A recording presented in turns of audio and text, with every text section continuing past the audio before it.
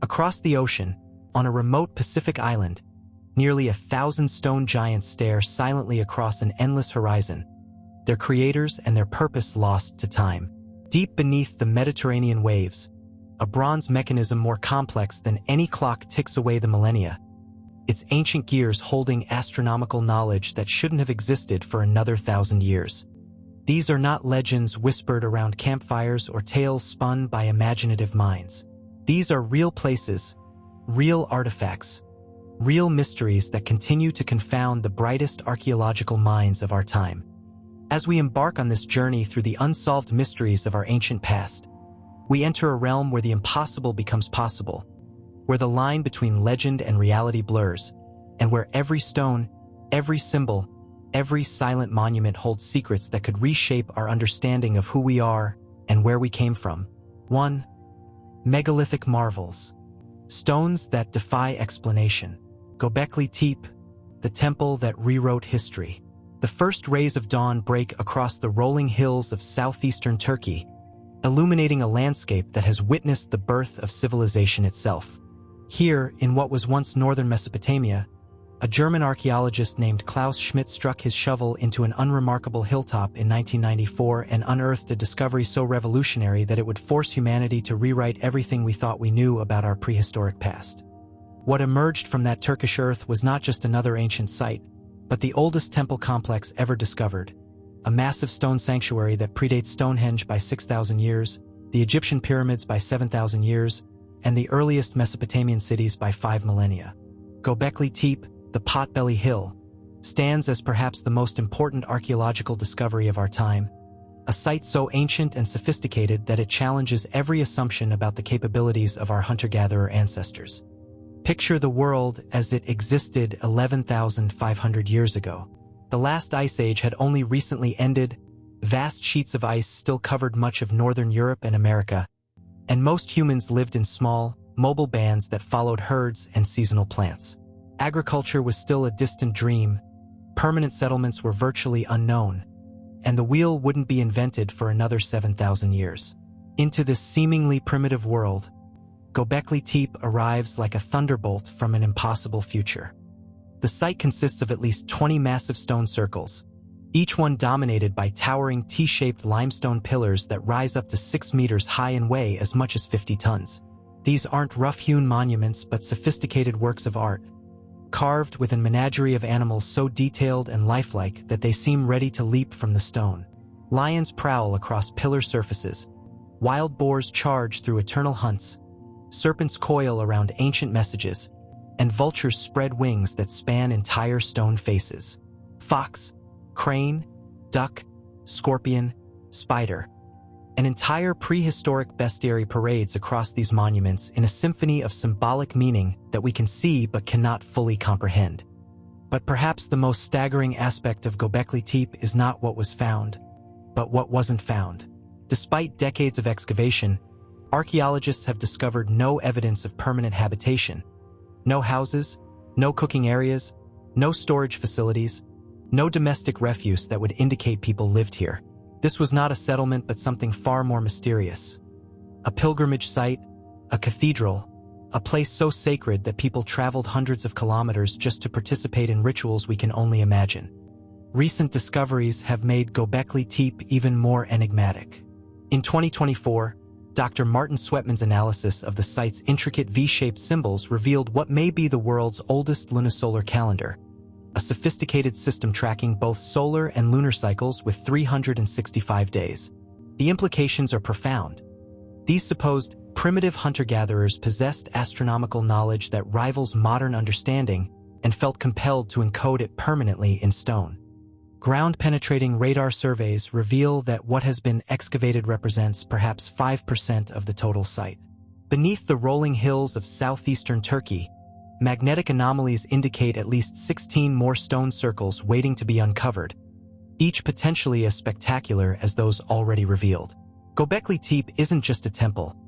It's an entire sacred landscape, a prehistoric Vatican that drew pilgrims from across the ancient world. The engineering challenges posed by Göbekli Tepe's construction stagger the imagination.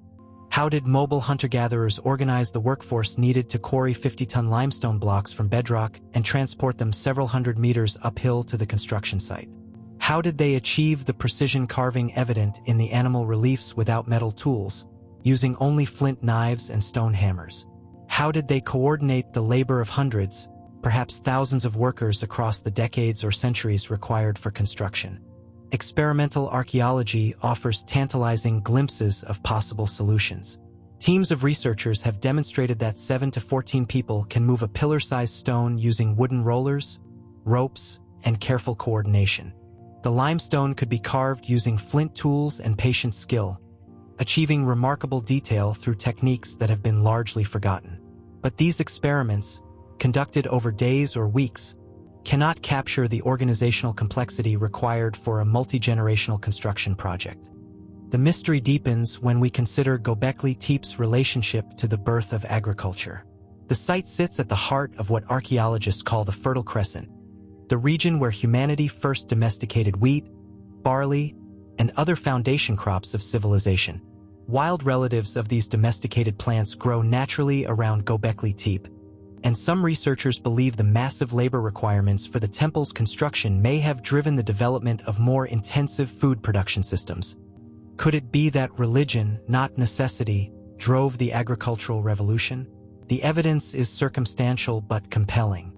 The construction of Göbekli Tepe would have required feeding large workforces for extended periods, creating pressure to develop more reliable food production methods.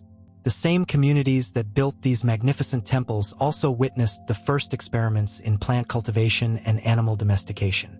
Perhaps our ancestors didn't discover agriculture and then build temples. Perhaps they built temples and then discovered agriculture.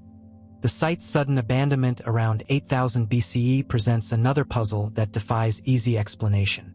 Rather than simply walking away, the builders deliberately buried their masterpiece under tons of carefully placed stones and earth, preserving it for posterity like a time capsule.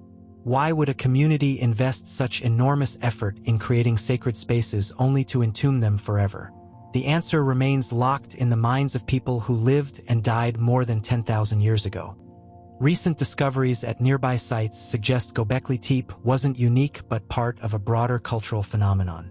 Karahan Tepe, just 50 kilometers away, features similar T-shaped pillars and animal carvings. In 2024, archaeologists uncovered a remarkable 245-meter human statue at Karahan Tepe, the largest sculpture from the Neolithic period ever discovered. These sites reveal a sophisticated cultural tradition that spanned generations and hundreds of square kilometers. What makes Göbekli Tepe so significant is not just its age or sophistication, but what it reveals about the human capacity for symbolic thinking and collective action. These hunter-gatherers possessed complex religious beliefs, sophisticated astronomical knowledge, and the organizational skills to coordinate massive construction projects. They created art that speaks across millennia, embedding meaning in stone that continues to move and mystify modern viewers. As archaeologists continue their painstaking work, each season brings new discoveries that deepen rather than resolve the mysteries. Ground-penetrating radar reveals hidden chambers and passages. Chemical analysis of the stones uncovers traces of ancient rituals, and computer modeling attempts to reconstruct the construction sequences. Yet for every question answered, 3 more emerge from the Turkish earth. Standing among the ancient pillars of Göbekli Tepe as the sun sets over the Anatolian plateau, one cannot escape the profound questions this site poses about human nature and capability. Here, at the very dawn of civilization, our ancestors achieved something that continues to challenge our understanding of what's possible. They remind us that the human capacity for vision, creativity, and determination transcends the material limitations of any particular era. Göbekli Tepe stands as a monument not just to prehistoric achievement, but to the enduring mystery of human potential itself. 2. Stonehenge, Scotland's secret gift. From the ancient hills of Turkey, our journey through humanity's most perplexing monuments carries us across thousands of miles and millennia to the windswept plains of Salisbury, England.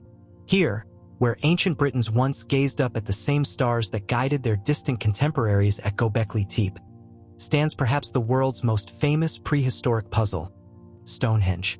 For centuries, this iconic stone circle has captured imaginations and confounded scholars.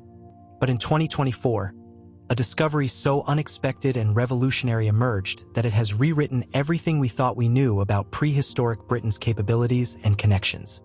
The revelation came not from new excavations or hidden chambers, but from the cutting edge of geological science. Using advanced geochemical analysis that can trace stones to their precise origins with unprecedented accuracy, researchers made a discovery that sent shockwaves through the archaeological world. Stonehenge's massive 6-ton altar stone, long believed to have originated in Wales like the famous Bluestones, actually traveled over 750 kilometers from the remote highlands of northeastern Scotland. To grasp the magnitude of this discovery, one must understand the world in which it occurred. 4,500 years ago, when the altar stone began its impossible journey southward, Britain was a land without cities, without writing, without the wheel. The people who transported this massive sandstone block across the length of the island possessed no horses, no wagons, no metal tools capable of cutting through rock. Yet somehow, they moved a stone weighing as much as 4 modern automobiles from the misty lochs of Scotland to the chalk downs of Wiltshire, embedding it at the heart of their most sacred monument. The implications stretch far beyond logistics. This wasn't simply a matter of finding suitable stone. Scotland's quarries offered no practical advantage over much closer sources. The choice was deliberate, meaningful, perhaps even sacred.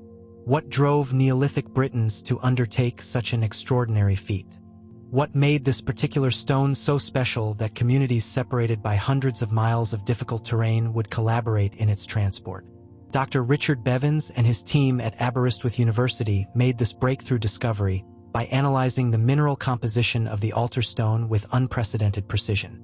Using techniques that can identify trace elements unique to specific geological formations, they compared the stone's chemical fingerprint against rock samples from across Britain. The match with northeastern Scotland was unmistakable and completely unexpected. The journey this stone undertook defies every assumption about prehistoric Britain's isolation and technological limitations. From its origin in the Scottish Highlands, the altar stone would have faced a route that challenged every method of transport available to Neolithic peoples. Overland routes meant crossing rivers, marshes, and mountain passes that would test even modern vehicles. Maritime transport, while potentially easier for such a massive load, required sophisticated boat-building skills and navigation knowledge that we're only beginning to recognize in prehistoric populations.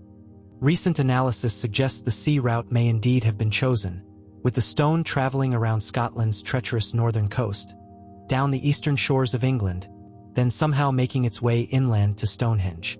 This scenario implies maritime capabilities far beyond what traditional archaeology attributed to Bronze Age Britons: ocean-going vessels capable of carrying multi-ton cargoes, navigation skills sufficient for coastal voyages of hundreds of miles, and coordination between coastal and inland communities. But Stonehenge's mysteries extend far beyond the origins of its stones.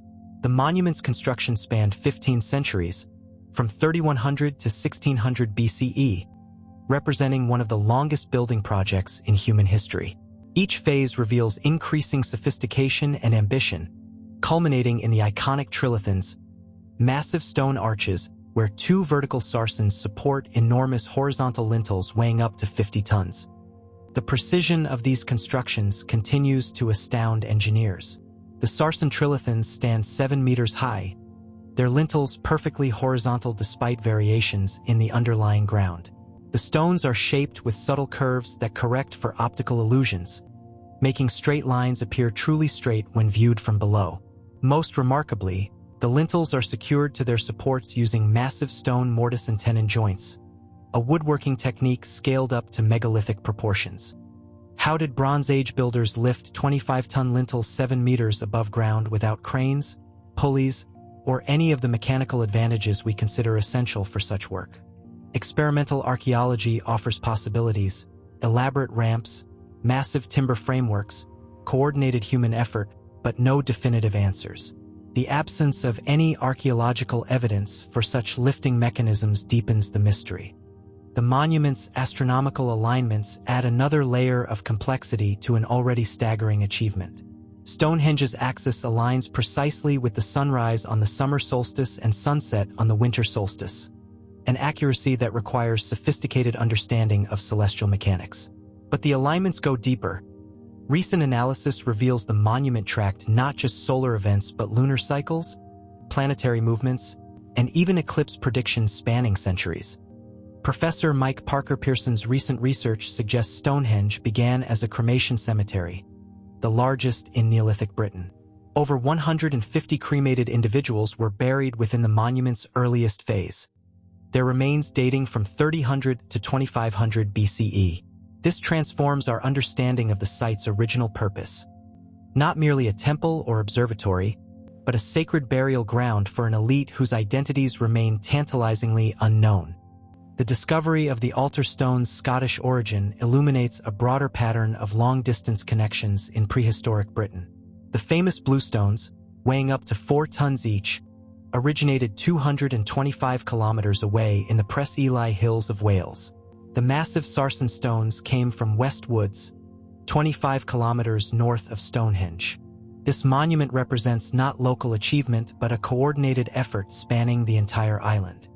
Isotope analysis of human remains from Stonehenge reveals that many individuals buried there weren't local to the area but had traveled from Wales, Scotland, and continental Europe.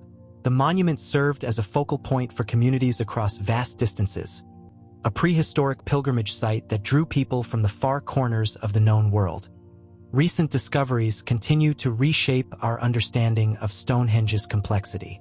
Ground-penetrating radar has revealed a hidden landscape of barrows, pits, and monuments surrounding the stone circle. The Dankton Walls Superhenge, just 3 kilometers away, could accommodate 4,000 people and may have served as a vast gathering place for Stonehenge's builders and users. The coordination required for Stonehenge's construction suggests social organization far more sophisticated than traditional models of Neolithic society. Moving the altar stone from Scotland required not just technical capability but diplomatic agreements, resource sharing, and cultural connections that spanned hundreds of communities across the British Isles. As archaeologists continue their investigations, each discovery deepens rather than solves Stonehenge's central mysteries.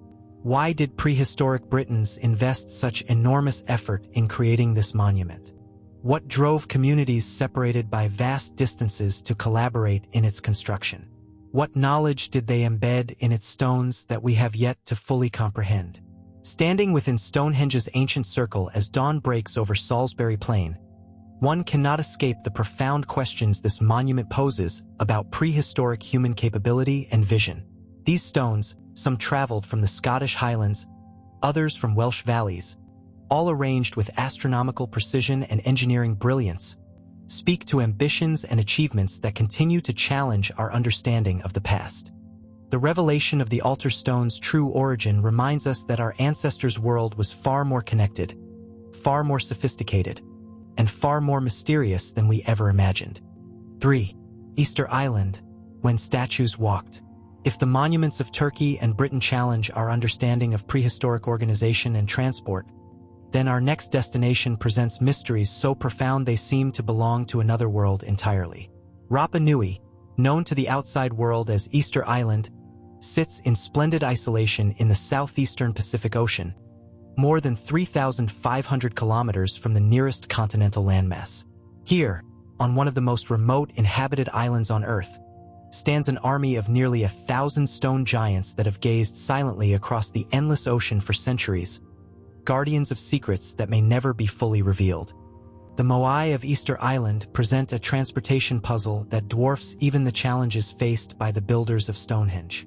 While the altar stone's journey from Scotland was extraordinary, it involved a single massive block moved across a populated landscape with rivers, forests, and established routes. The Moai represents something far more bewildering: a systematic program of monument construction that required quarrying, carving, and transporting nearly 1,000 statues across a landscape with virtually no trees, no draft animals, and a population that never exceeded a few thousand people. The statistics alone stagger the imagination. The largest completed Moai stands over 10 meters tall and weighs approximately 86 tons, equivalent to the weight of more than 50 automobiles. Even the average statue weighs 14 tons and stands 4 meters high. Most were carved at a single location, the quarry at Reino Raraku, then somehow transported distances ranging from a few hundred meters to over 20 kilometers to their final positions around the island's perimeter. For decades, archaeologists proposed various theories for Moai transport: massive wooden rollers, sophisticated rope and lever systems, even suggestions that the statues were dragged on their backs across the landscape. But these theories suffered from a fatal flaw. They ignored the indigenous knowledge that had been preserved in Rapa Nui oral tradition for centuries.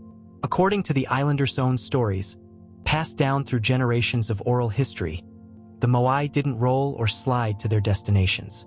They walked.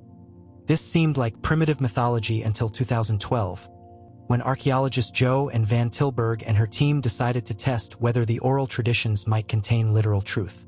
Working with master craftsman and Easter Island expert Terry Hunt, they created a 5-ton concrete replica Moai and attempted to move it using only ropes and human coordination, following techniques described in Rapa Nui legends. The results were revolutionary. With just 18 people and 3 ropes, 1 attached to the head and 2 to the base, the statue began to walk in a coordinated rocking motion. The technique required precise timing and coordination, with teams pulling the head rope and base ropes in alternating sequence, causing the statue to rock from side to side while moving forward. After months of practice, the team could move their replica Moai several hundred meters per day. But scaling this technique to the largest Moai presents challenges that remain unresolved. Moving an 86-ton statue using rope coordination alone would require hundreds of people working in perfect synchronization. The largest statues may have demanded organizational capabilities that exceeded the island's total population. How did a society of a few thousand people coordinate the transport of monuments that challenged the limits of human cooperation? Recent archaeological discoveries have revealed that the Moai's purpose was far more complex than simple monument construction. Van Tilburg's excavations at Reino Raraku, the quarry site where most Moai were carved, uncovered evidence that the statues were integral components of agricultural systems designed to enhance soil fertility and crop production. Soil analysis around the quarry Moai revealed dramatically elevated levels of nutrients essential for plant growth, phosphorus, nitrogen, and trace elements that created optimal growing conditions for sweet potato and other crops. The statues weren't abandoned at the quarry site, as long believed, but were deliberately positioned to maximize agricultural productivity. The Moai served dual functions: sacred ancestors watching over their descendants and practical agricultural tools that helped sustain the island's population. This discovery transforms our understanding of Rapa Nui society. Rather than a civilization that exhausted its resources through monument mania, Easter Island emerges as a sophisticated culture that integrated religious beliefs with practical environmental management. The Moai weren't symbols of excess but elements of a sustainable agricultural system that supported human habitation on one of the world's most isolated islands for over a millennium. The timeline of Easter Island's settlement adds another layer of mystery to the Moai enigma. Polynesian seafarers reached this remote speck of land sometime between 700 and 1200 CE, completing one of humanity's most extraordinary voyages of discovery. These master navigators crossed thousands of kilometers of open ocean using traditional sailing techniques, guided by stars, currents, and seabird behavior to find an island barely 24 kilometers across. Once settled, the Rapa Nui people began one of the most ambitious monument-building programs in human history. Radiocarbon dating reveals that Moai construction peaked between 1250 and 1500 CE, with statues being carved and transported at an almost industrial pace. The quarry at Reino Raraku shows evidence of multiple work crews operating simultaneously, with unfinished statues in various stages of completion scattered across the site. The tools used for Moai carving present their own mysteries. The Rapa Nui craftsmen worked with only stone tools, primarily basalt hand picks called toki, to carve the volcanic tuff at Reino Raraku. Experimental archaeology demonstrates that skilled carvers could complete an average-sized Moai in approximately 1 year, but this doesn't account for the sophisticated planning and design evident in the finest statues. Each Moai is unique, carved with individual features and proportions that suggest they may have represented specific ancestors or leaders. The largest statues display increasingly sophisticated carving techniques, with fine details in facial features and body proportions that require generations of accumulated skill and artistic tradition. The mystery deepens when we consider the moai's placement around the island. Most statues face inland, watching over the communities rather than gazing out to sea as popularly imagined. They're arranged in groups called ahu, stone platforms that served as both statue bases and burial sites. The construction of these ahu required additional massive stone transport, with some platforms incorporating blocks weighing over 70 tons quarried from sites kilometers away. The sudden cessation of moai production around 1500 CE coincides with environmental and social changes that remain poorly understood. Archaeological evidence suggests deforestation, soil depletion, and possible social conflict contributed to the transformation of Rapa Nui society. However, recent analysis challenges narratives of complete ecological collapse, revealing that the islanders adapted their agricultural practices and maintained viable communities through the period of European contact. The tools and techniques used for moai transport have left surprisingly little archaeological evidence. No remains of wooden rollers, rope systems, or transport infrastructure have been definitively identified, despite centuries of searching. This absence of evidence has led some researchers to propose that the walking technique using ropes and coordination may indeed have been the primary transport method, leaving minimal material traces. Recent technological analysis has revealed additional sophistication in moai construction. Three-dimensional scanning of the statues shows that many have carved bodies extending deep below ground level, with some underground portions reaching 8 meters in height.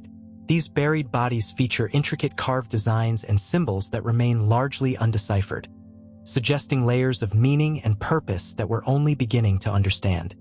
As researchers continue their investigations using ground-penetrating radar, aerial photography, and advanced chemical analysis, Easter Island's mysteries continue to multiply rather than resolve.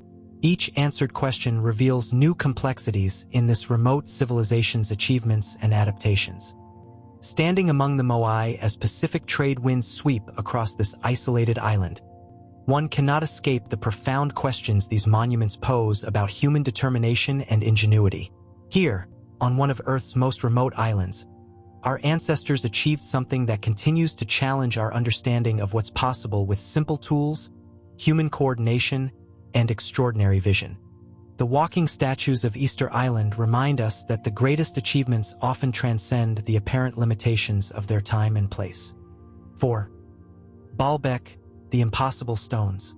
From the windswept isolation of Easter Island, our journey through humanity's most perplexing stone monuments carries us to the crossroads of the ancient world, where the mountains of Lebanon meet the fertile valleys of the Bekaa. Here, in the shadow of snow-capped peaks, stands perhaps the most audacious challenge to our understanding of ancient engineering capabilities ever discovered. Baalbek, known to the Romans as Heliopolis, contains stones so massive, so impossibly heavy, that they seem to mock every assumption about prehistoric construction techniques. If the moai of Easter Island challenged our understanding of coordination and transport across a remote island landscape, then Baalbek presents mysteries that scale beyond the realm of the possible into something approaching the supernatural.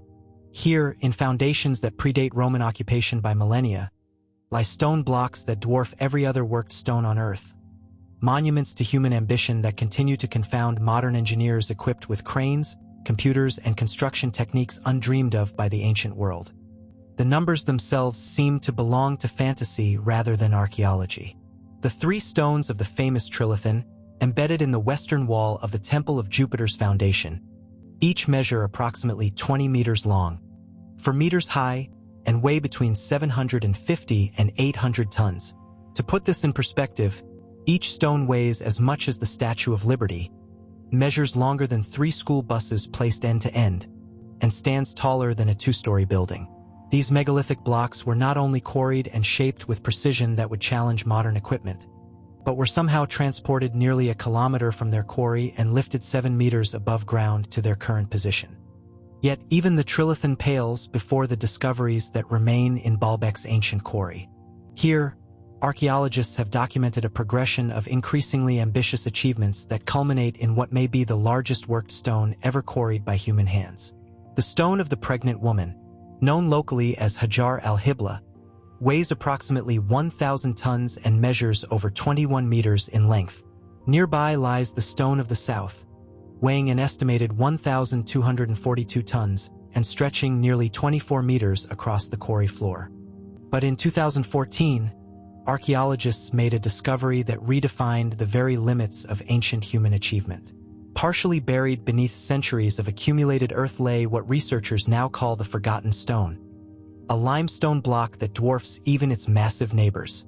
Initial estimates placed its weight at 1,650 tons, making it the largest worked stone ever discovered, a monument to ambition that stretches 255 meters long, 42 meters wide, and rises 45 meters high.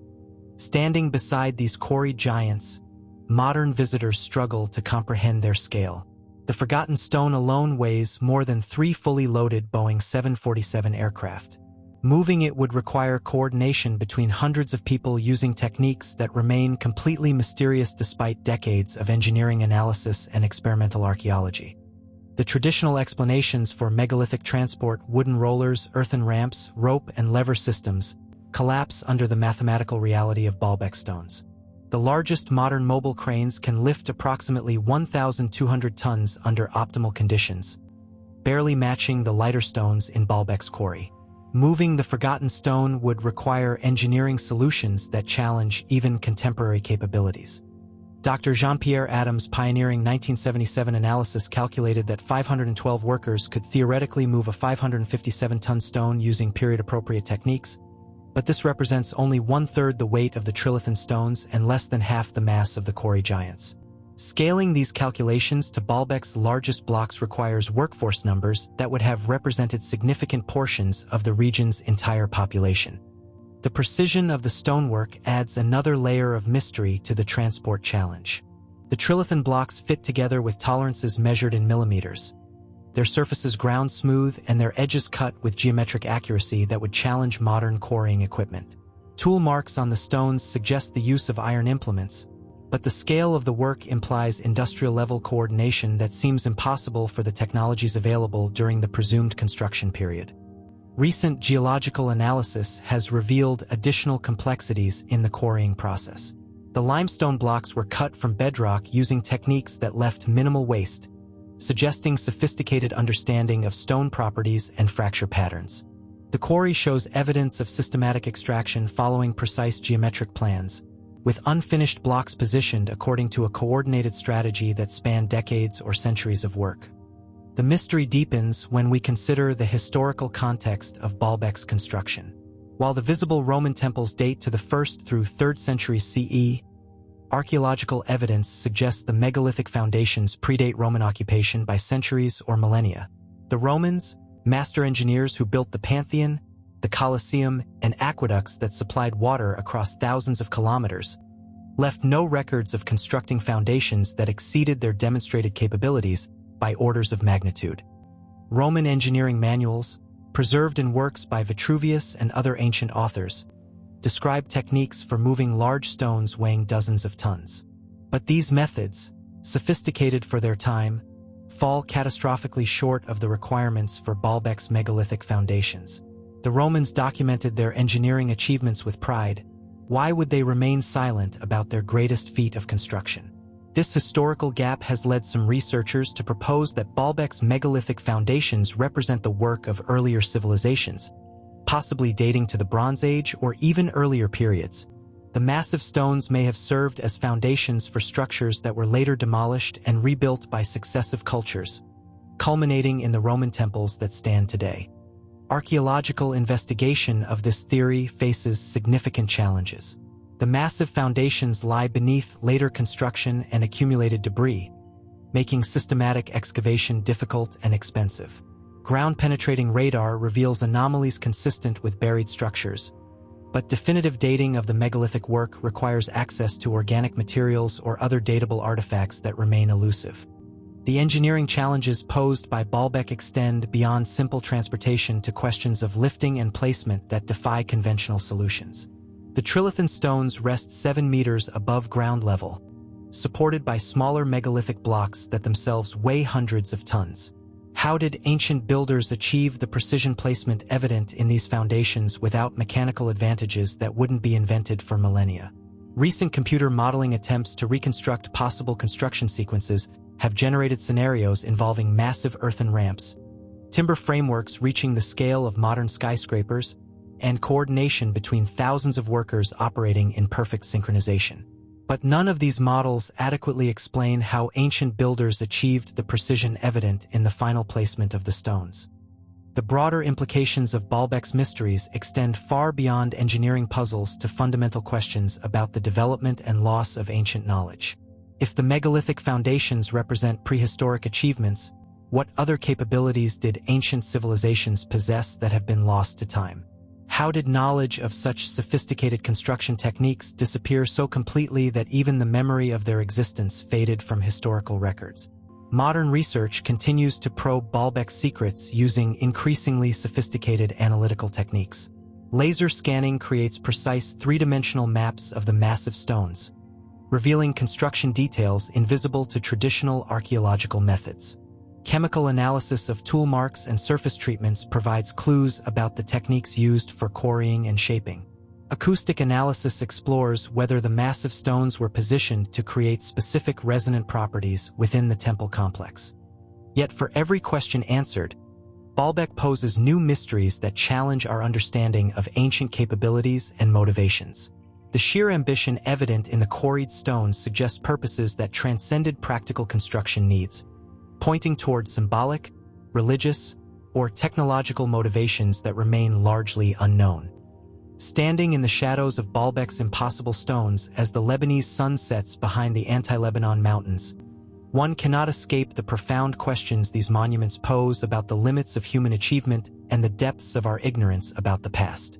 Here, at the crossroads of the ancient world, our ancestors attempted something that pushes the boundaries of the possible, leaving behind evidence of capabilities that continue to challenge everything we think we know about the development of human civilization. The megaliths of Baalbek stand as eternal reminders that the greatest mysteries often hide in plain sight, challenging each generation to expand their understanding of what's truly possible. Vanished civilizations. Empires lost to time. 1. The Indus Valley, a script that guards its secrets. From the impossible stones of Baalbek, where ancient ambitions reach toward the heavens in monuments of crushing weight and mind-bending scale, our journey now turns to mysteries of an entirely different nature.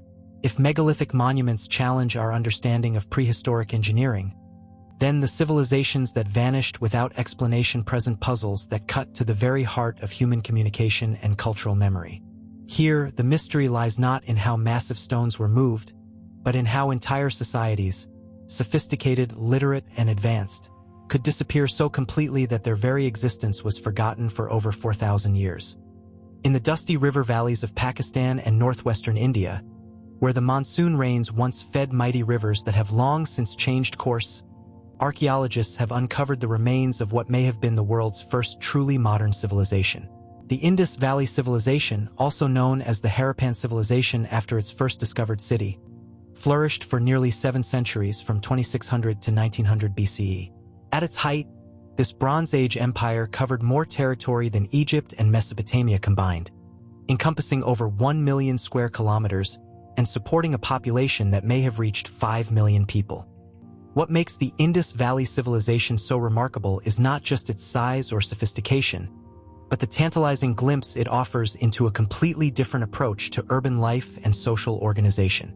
Unlike their contemporaries in Egypt and Mesopotamia, the Harappans left behind no pyramids, no ziggurats, no colossal statues of god-kings. Instead, they created something far more revolutionary: the world's first planned cities, complete with sophisticated drainage systems, standardized weights and measures, and evidence of a remarkably egalitarian society that seems to have functioned without the massive wealth disparities that characterized other ancient civilizations. The major Harappan cities, Harappa, Mohenjo-Daro, Dhalavira, Rakhigarhi, and over 1,400 other settlements, reveal urban planning that wouldn't be matched until the modern era. Streets ran in perfect grid patterns, oriented to catch cooling breezes.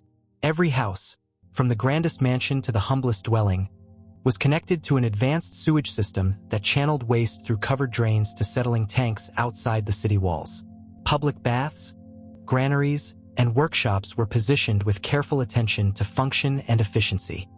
The Great Bath of Mohenjo-Daro, a precisely engineered rectangular pool measuring 12 meters by 7 meters and lined with bitumen to ensure watertight construction, speaks to sophisticated hydraulic engineering and possibly ritual use that we can observe but cannot fully comprehend.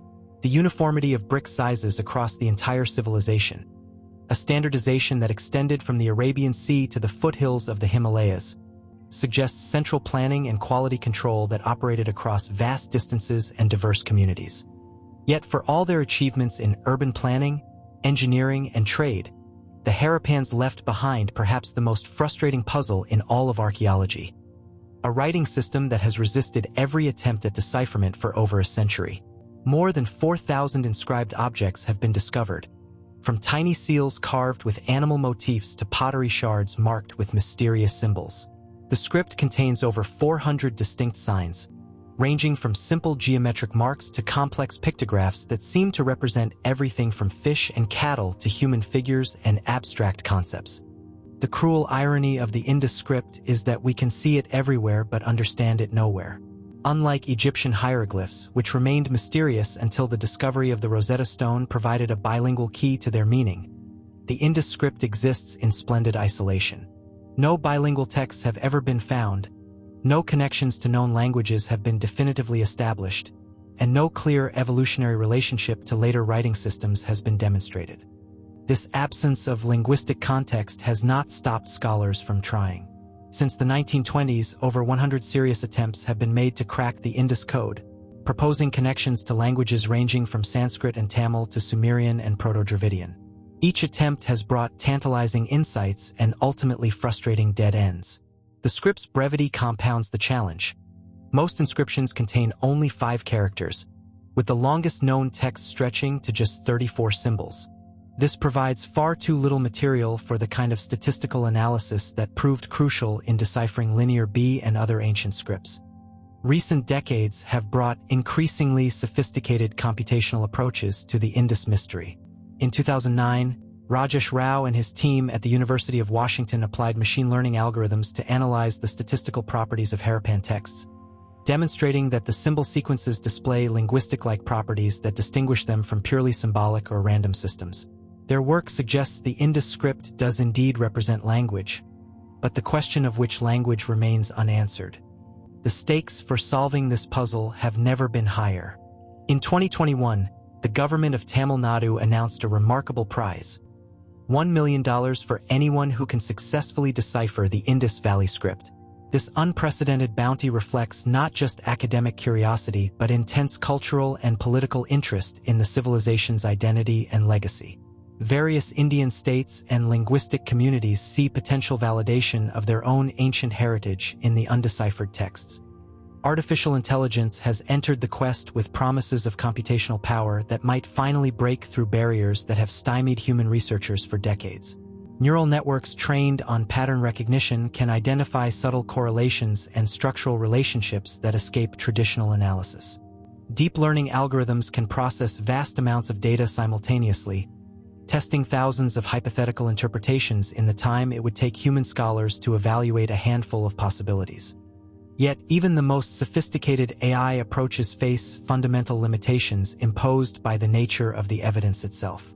Machine learning requires large datasets to identify meaningful patterns, but the Harappan corpus remains frustratingly small.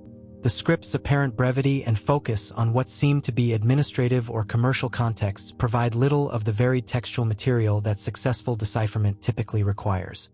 The mystery deepens when we consider what the Indus script might contain. The seals that bear most inscriptions appear to be connected to trade and administration, suggesting the texts might record names, titles, quantities, or commercial transactions. But some scholars argue for religious or ritual content, pointing to the elaborate animal motifs that accompany many inscriptions and the possible sacred nature of some inscribed objects. Dr. Asko Parpala, one of the world's leading Indus script researchers, has spent decades arguing for connections to Proto-Dravidian languages and religious symbolism related to fertility cults and astronomical observations. His work suggests the script might encode sophisticated religious and scientific knowledge that was central to Harappan civilization.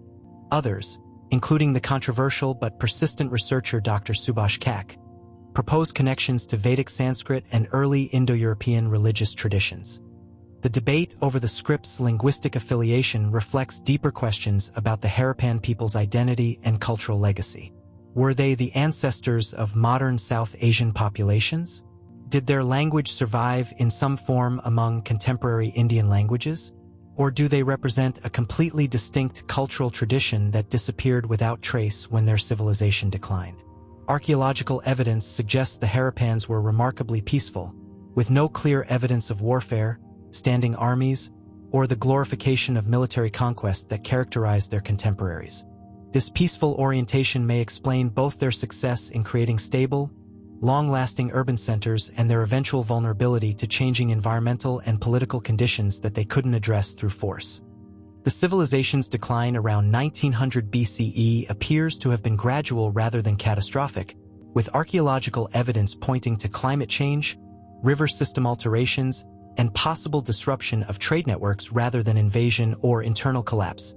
Many Harappan sites show evidence of continued occupation into later periods, suggesting cultural continuity rather than complete abandonment.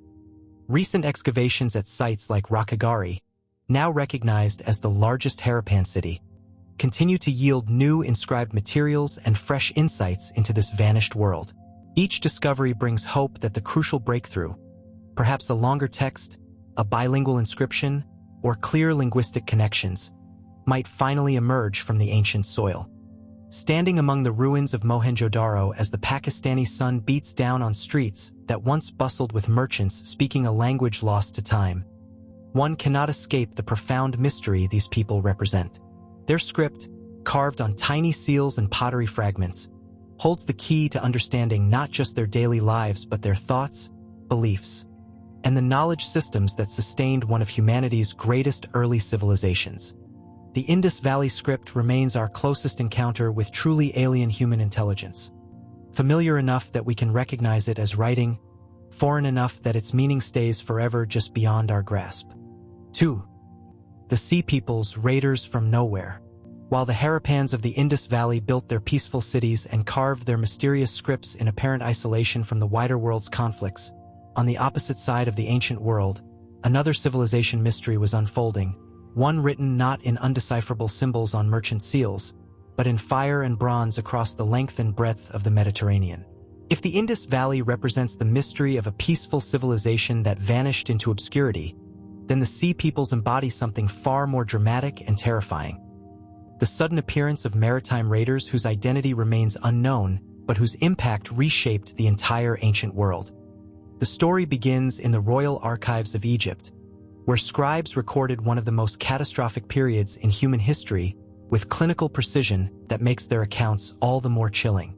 In the reigns of pharaohs Merneptah and Ramesses III, spanning roughly from 1276 to 1178 BCE, Egyptian records document wave after wave of attacks by mysterious maritime confederations that emerged from the northern seas like a biblical plague, bringing devastation to every civilization they encountered.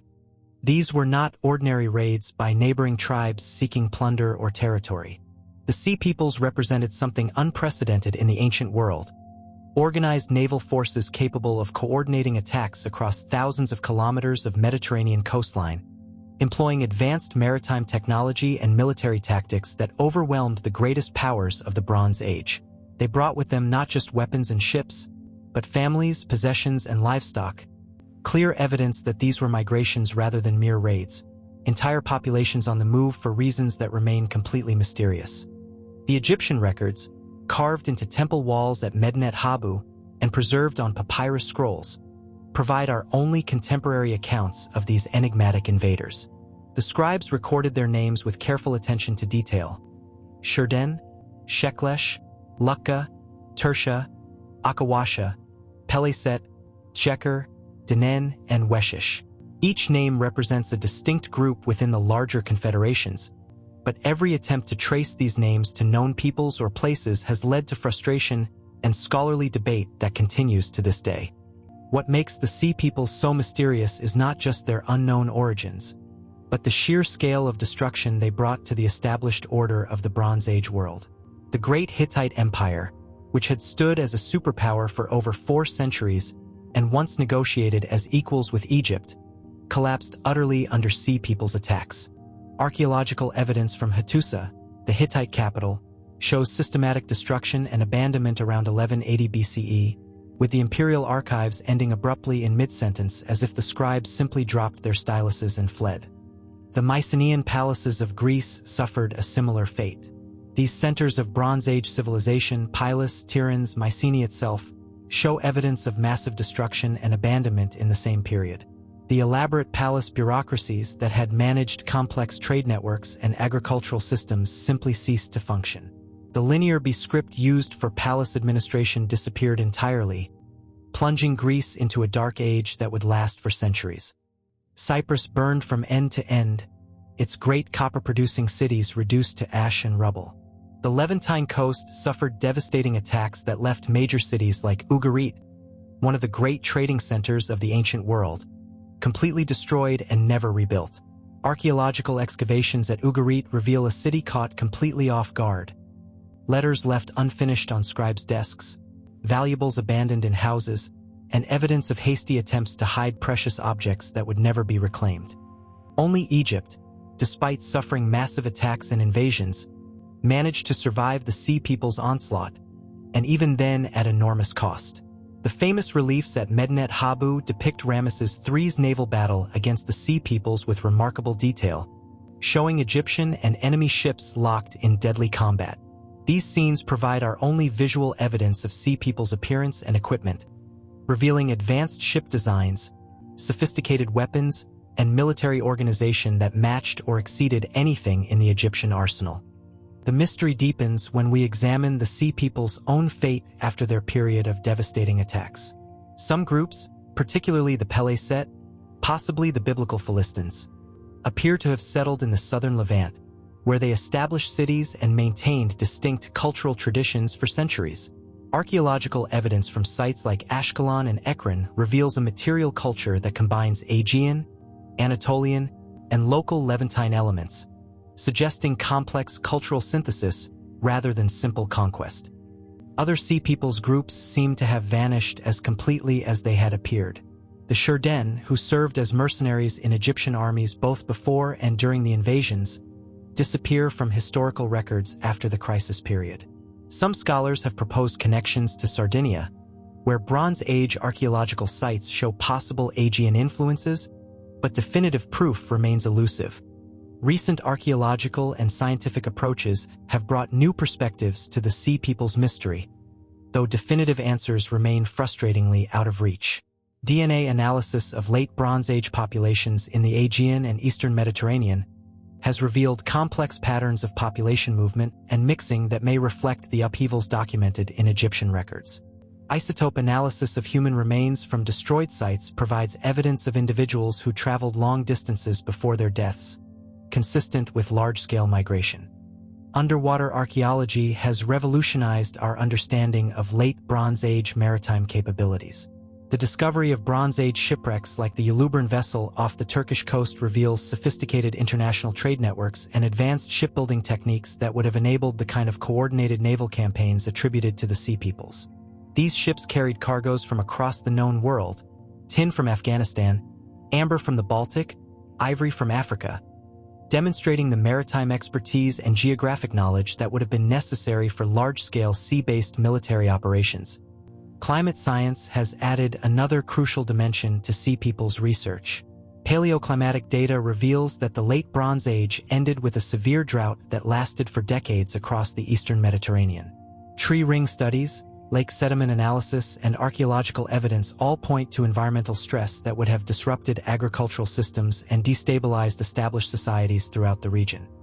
This environmental context suggests the Sea Peoples may have been climate refugees, driven from their homelands by drought and crop failure to seek new territories by force. The pattern of attacks, systematically targeting the richest and most productive regions of the Mediterranean, supports this interpretation. But it doesn't explain their remarkable military coordination or their apparent ability to overwhelm established powers with superior tactics and technology. The most tantalizing clues to Sea People's identity may lie in their own material culture, preserved at sites where they settled after their period of destruction.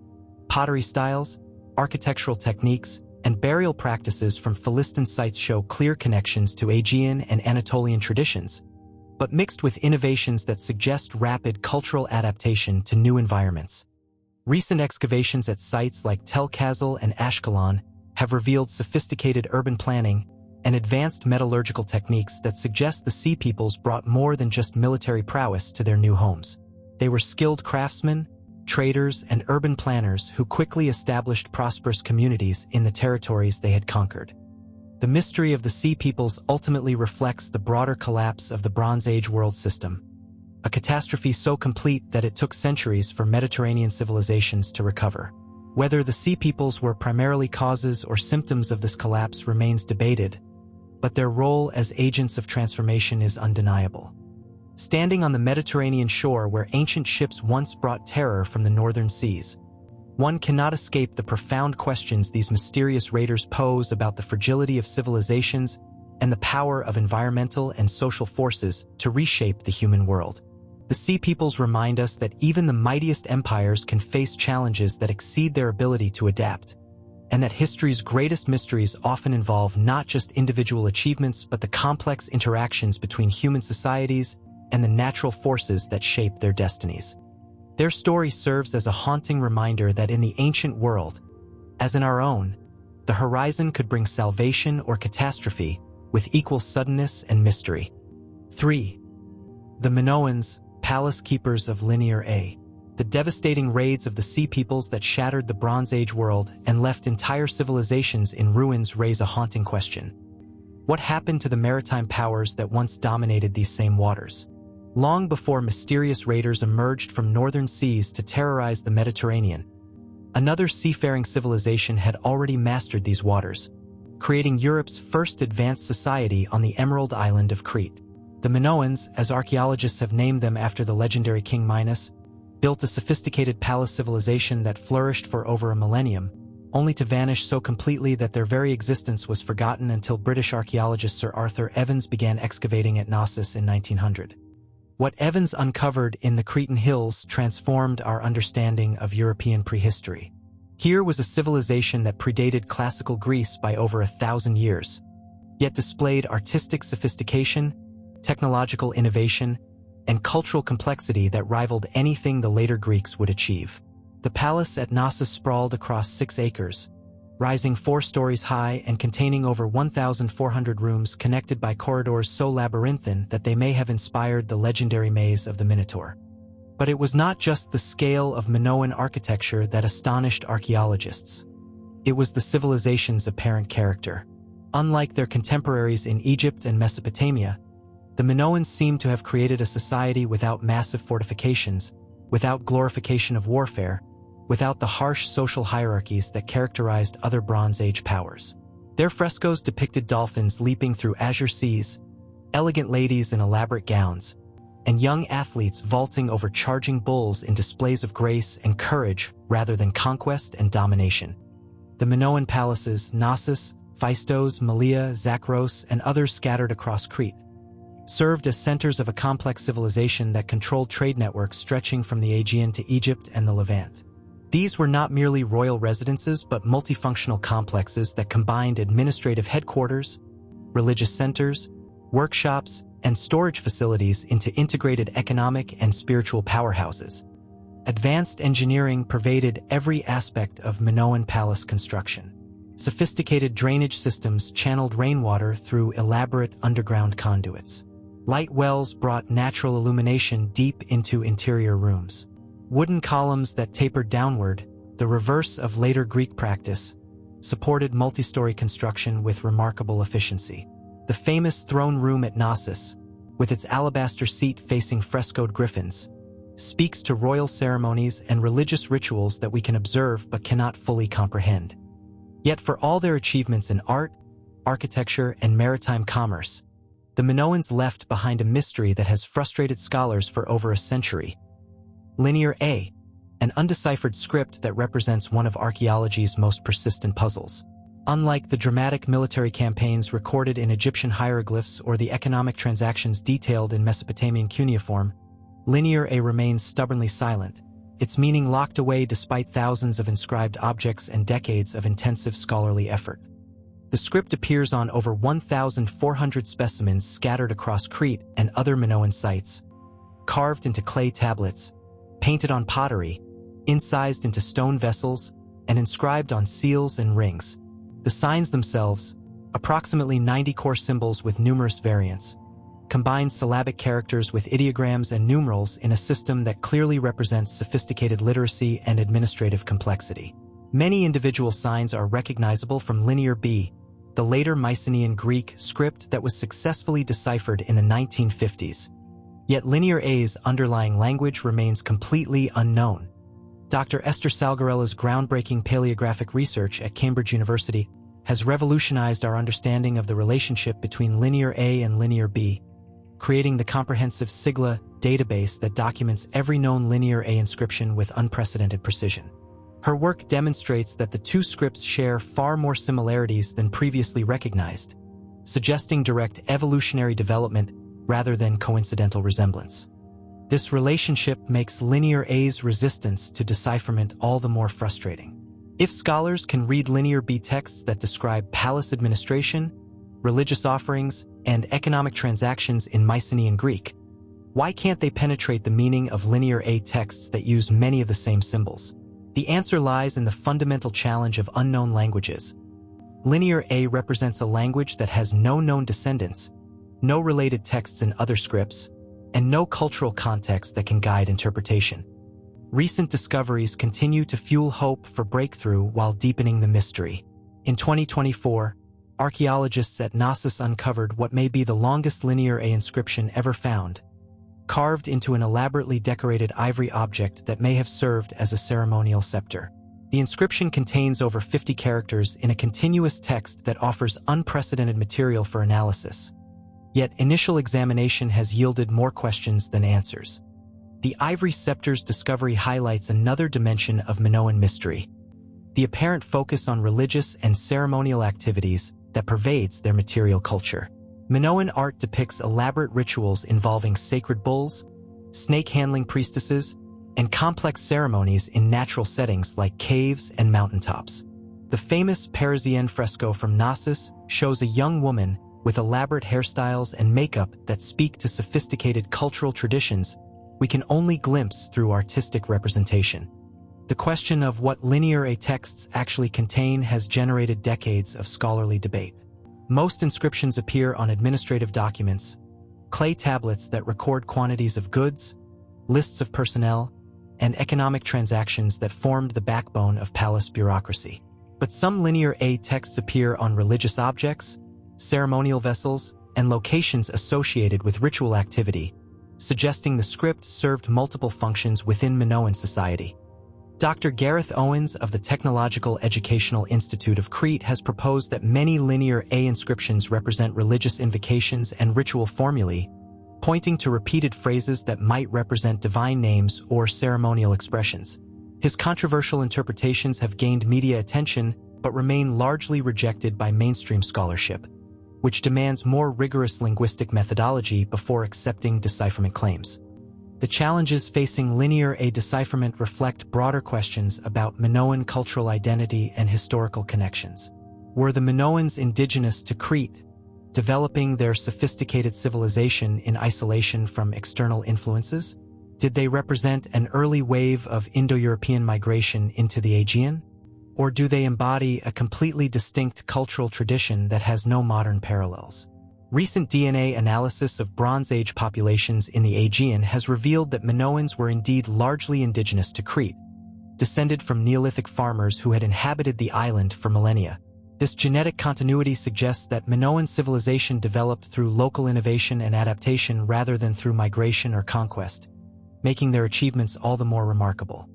The Minoan decline around 1450 BCE presents another puzzle that connects to broader questions about Bronze Age instability. The palaces show evidence of destruction and abandonment, but whether this resulted from natural disasters, internal conflicts, or external invasion remains hotly debated. The eruption of Thera, modern Santorini, around 1600 BCE caused massive environmental disruption across the Aegean, but most Minoan palaces continued functioning for over a century after this catastrophe. More likely, the Minoan transformation resulted from the same complex factors that affected the broader Mediterranean world: climate change, disruption of trade networks, internal political instability, and possibly pressure from Mycenaean Greeks who were expanding their influence across the Aegean. The appearance of linear B tablets at late-period Knossos suggests that Greek-speaking administrators had taken control of at least some Minoan territories, though the nature of this transition remains unclear. Artificial intelligence applications offer new hope for linear A decipherment while highlighting the fundamental challenges that have stymied traditional approaches. Machine learning algorithms can identify statistical patterns and structural relationships that might escape human analysis, but they still require sufficient text corpus and linguistic context to generate meaningful interpretations. The brevity of most linear A inscriptions and the absence of bilingual texts continue to limit even the most sophisticated computational approaches. The broader significance of linear A extends far beyond questions of decipherment to fundamental issues about the development of European civilization. If the Minoans possessed sophisticated writing systems, advanced technologies, and complex social organizations 15 centuries before classical Greece, what does this tell us about the trajectory of human cultural development? How much knowledge and achievement has been lost to the gaps in historical records? Standing in the reconstructed corridors of Knossos as Mediterranean breezes carry the scent of wild herbs across the Cretan hills, one cannot escape the profound mystery these people represent. Their frescoes smile across millennia with expressions we recognize as human, yet their thoughts remain locked in scripts we cannot read. The Minoans achieved something remarkable: a sophisticated civilization that seems to have flourished without the military conquest and harsh exploitation that characterized most Bronze Age powers. Their legacy reminds us that human societies can develop along paths that challenge our assumptions about the inevitability of conflict and hierarchy. The mystery of linear A stands as a tantalizing door to understanding not just administrative records and religious practices, but an entire way of thinking about human potential and social organization that may have no modern equivalent. In the silence of undeciphered texts lies the echo of voices that once spoke of dreams, fears, and achievements we can only imagine. Artifacts out of time. Technology that shouldn't exist. 1. The Antikythera mechanism, ancient Greece's computer. From the silent corridors of Knossos, where Minoan scribes once recorded their thoughts in scripts we cannot read, our journey through humanity's deepest mysteries takes us beneath the azure waters of the Mediterranean, where a different kind of ancient knowledge lies waiting. If the linear A tablets represent lost language and vanished ways of thinking, then our next discovery embodies something even more extraordinary. Technology so advanced, so impossibly sophisticated for its time, that when it was first pulled from the sea over a century ago, archaeologists literally could not comprehend what they were looking at. In the autumn of 1901, sponge divers working the treacherous waters off the Greek island of Antikythera made a discovery that would revolutionize our understanding of ancient technological capabilities. 50 meters beneath the surface, scattered across the Mediterranean floor, lay the remains of a Roman cargo ship that had sunk sometime in the 1st century BCE. Among the marble statues, bronze sculptures, and luxury goods destined for wealthy Roman collectors, the divers recovered a corroded lump of bronze and wood that seemed utterly unremarkable, just another piece of debris from an ancient shipwreck. It would take decades before scholars began to realize they had discovered what may be the most sophisticated technological achievement of the ancient world: a mechanical computer of staggering complexity that calculated the movements of celestial bodies with precision that wouldn't be matched until the invention of modern astronomical instruments. The Antikythera mechanism, as it came to be known, represents technology so advanced that its very existence challenges everything we thought we knew about ancient Greek scientific and engineering capabilities. When researchers first examined the corroded fragments in detail, they found themselves confronting an impossible puzzle. X-ray photography revealed the unmistakable outlines of precision-cut bronze gears, some no larger than coins, arranged in complex mechanical relationships that suggested sophisticated understanding of astronomy, mathematics, and engineering. The device contained at least 30 meshing bronze gears in its surviving fragments, with evidence suggesting the complete mechanism originally contained nearly 70 individual components working in perfect coordination. But it was not until the 21st century that the true sophistication of this ancient computer began to emerge. In 2021, researchers led by Professor Tony Freeth published groundbreaking research in Nature's Scientific Reports that revealed the Antikythera mechanism's complete function. It was nothing less than a mechanical representation of the ancient Greek cosmos, capable of predicting the positions of the sun, moon, and all 5 planets known to ancient astronomers with extraordinary accuracy. The mechanism's front dial displayed a sophisticated calendar system that tracked both solar years and lunar months, incorporating the complex corrections needed to reconcile these incompatible cycles. Users could turn a bronze crank to advance time, watching as pointers moved across beautifully engraved scales to show exactly where each celestial body would appear on any given date. The device predicted eclipses decades in advance, calculated the variable motion of the moon across the sky, and even tracked the 4-year cycle of the Olympic Games. Recent analysis using gravitational wave detection techniques, the same technology that detects ripples in spacetime from colliding black holes, has revealed even more remarkable details about the mechanism's construction. In 2024, researchers confirmed that the calendar ring contained precisely 354 holes arranged with mechanical tolerances that approach the limits of ancient metalworking capabilities. The holes, which tracked the lunar calendar used in Greek religious observances, were positioned with a radial variation of only 0.028 millimeters, precision that would challenge modern manufacturing equipment. The bronze gears themselves represent a technological achievement that seems to belong to a different era entirely. The gear teeth were cut with such precision that they meshed smoothly despite being manufactured using only hand tools and techniques available to ancient craftsmen. The gear ratios embedded complex mathematical relationships that incorporated Babylonian astronomical cycles with Greek geometric theories, demonstrating sophisticated international exchange of scientific knowledge. Professor Freeth's team used advanced imaging techniques to peer inside the corroded mechanism without damaging its fragile remains. High-resolution CT scanning revealed inscriptions and mechanical details invisible to traditional archaeological methods, while surface imaging exposed thousands of characters of ancient Greek text that served as an instruction manual for the device's operation. These inscriptions describe astronomical phenomena, predict eclipse dates, and explain the mechanical relationships that drove the device's calculations.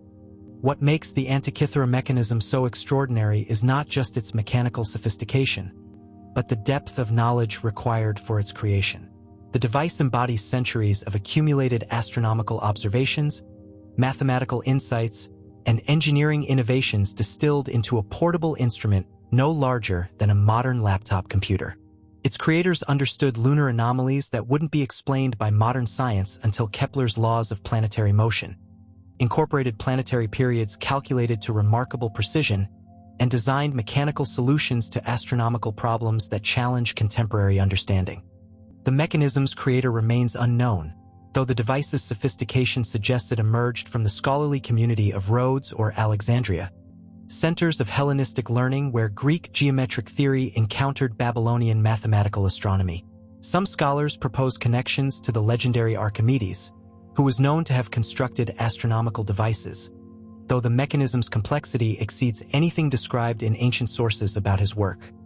The broader implications of the Antikythera mechanism's existence extend far beyond questions of ancient astronomy and engineering. If Greek craftsmen possessed the knowledge and skill to create such sophisticated mechanical computers, what other technological achievements have been lost to time? How many other devices of comparable complexity were created but didn't survive the intervening millennia? The mechanism represents a technological tradition that seems to have vanished almost completely from the historical record. While ancient sources mention astronomical instruments and mechanical devices created by figures like Archimedes and Ctesibius, no other examples of comparable complexity have survived. The technology required to create precision gear trains, calculate complex astronomical relationships, and manufacture bronze components to such exacting tolerances appears and disappears from history like a technological ghost.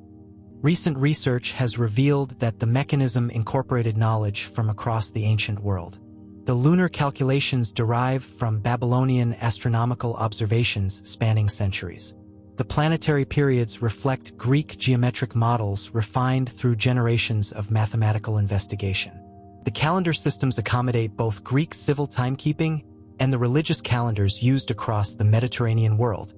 This international synthesis of knowledge challenges traditional narratives about ancient scientific development. Rather than isolated traditions developing independently, the Antikythera mechanism reveals sophisticated networks of scholarly communication that transcended political boundaries and cultural differences. Greek mathematicians, Babylonian astronomers, and Egyptian calendar specialists apparently collaborated to create a unified understanding of celestial mechanics that rivaled modern theoretical astronomy. The device's portability suggests it may have served educational or demonstration purposes, allowing scholars to visualize complex astronomical relationships and predict celestial events for audiences who lacked advanced mathematical training. The detailed inscriptions support this interpretation, providing explanations and predictions that would have made the device accessible to educated users who weren't necessarily expert astronomers. Conservation efforts continue to reveal new details about the mechanism's construction and function. The bronze has been stabilized using techniques developed for underwater archaeological materials, while advanced imaging continues to expose previously hidden inscriptions and mechanical features. Each technological advance in archaeological analysis brings new insights into this remarkable device. The mystery of why such sophisticated technology disappeared from the historical record reflects broader questions about the transmission and loss of ancient knowledge. The Roman conquest of Greece brought many Greek scholars to Rome as teachers and advisors, but the practical engineering traditions that created devices like the Antikythera mechanism seem to have been lost in the transition. The rise of Christianity may have reduced interest in pagan astronomical devices, while the economic disruption of the late Roman period probably eliminated the wealthy patrons who could commission such sophisticated instruments. Standing in the National Archaeological Museum of Athens, where the corroded fragments of the Antikythera mechanism rest in climate-controlled cases, one cannot escape the profound questions this device poses about the depths of ancient achievement and the fragility of technological knowledge. Here, in bronze gears green with age, lies evidence of human ingenuity that transcended every apparent limitation of its era. The mechanism reminds us that the greatest achievements often emerge not from individual genius, but from the patient accumulation of knowledge across generations and cultures. Its creators built upon centuries of astronomical observation, mathematical innovation, and engineering experimentation to create something that pushed the boundaries of the possible. In its silent gears lies a humbling reminder that human potential has never been constrained by the apparent limitations of any particular age, and that our ancestors' achievements may have exceeded our wildest imaginings in ways we're only beginning to understand. 2. Roman dodecahedra, the empire's forgotten mystery. While the Antikythera mechanism dazzles us with its sophisticated astronomical calculations and bronze gears that we can finally understand after decades of painstaking analysis, our next mystery presents a puzzle of an entirely different nature. Sometimes the most confounding artifacts are not the most complex, but the most common. Scattered across the museums of northwestern Europe, tucked away in storage rooms and display cases from Britain to Hungary, lies a collection of bronze objects so puzzling, so completely without explanation, that they represent perhaps the most widespread mystery of the entire Roman Empire. They are called Roman dodecahedra, and despite being discovered in quantities that suggest they were once commonplace items, despite surviving in sufficient numbers to fill entire museum collections, despite being crafted with the precision and skill that characterized Roman metalwork at its finest, these 12-sided bronze polyhedra remain utterly mysterious. No one knows what they were for. No one understands why they were made. And most remarkably of all, despite the Romans' obsessive documentation of everything from military campaigns to municipal water supplies, not a single written reference to these objects exists in the vast corpus of surviving Latin literature. Picture the most bureaucratic, record-keeping civilization in human history. The Romans documented their building techniques in architectural manuals that we still study today. They recorded their military tactics in strategic treatises that influenced warfare for centuries. They cataloged their medical knowledge, their legal procedures, their religious rituals, their agricultural methods, and their engineering achievements with meticulous attention to detail that has preserved their civilization's memory across 2 millennia. Yet somehow, an entire category of manufactured objects, sophisticated bronze items that required skilled craftsmanship and valuable materials, passed through Roman society, leaving absolutely no trace in the written record. It is as if a future archaeologist discovered hundreds of smartphones scattered across our cities, but found no mention of them in any book, website, or document from our era. The dodecahedra themselves are masterpieces of Bronze Age metalwork, each one a perfect 12-sided polyhedron cast in bronze alloy and finished with careful attention to detail. They range in size from objects small enough to fit in a child's palm to specimens larger than a grapefruit, with weights varying from 35 grams to over a kilogram. Each pentagonal face contains a circular hole, with hole diameters ranging from 6 millimeters to 40 millimeters across different specimens. Small bronze knobs protrude from each of the 12 vertices, giving the objects a distinctive appearance that would have required considerable skill to manufacture. The geographical distribution of these mysterious artifacts tells its own puzzling story.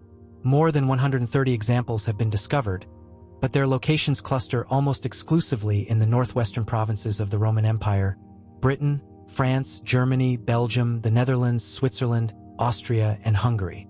Strikingly, not a single dodecahedron has ever been found in Rome itself, nor in the empire's southern and eastern territories where Roman culture first developed and classical Latin literature flourished. This distribution pattern suggests the dodecahedra served some function specific to the northern frontier regions, perhaps related to local conditions, customs, or requirements that didn't exist in the Mediterranean heartland. But what could have been so important to Celtic and Germanic populations under Roman rule that it required sophisticated bronze manufacturing while remaining completely invisible to Roman writers and administrators? Recent discoveries continue to add to the mystery while providing no additional clarity about purpose or function. In 2023, metal detectorists working in the village of Norton Disney in Lincolnshire uncovered a particularly well-preserved specimen that brought the British total to 33 examples. The Norton Disney dodecahedron displays the characteristic features that make these objects so puzzling: perfect geometric form, precisely drilled holes of varying sizes, and bronze knobs positioned with mathematical accuracy at each vertex. The craftsmanship evident in even the simplest dodecahedra speaks to skilled artisans working within established traditions of bronze casting and finishing.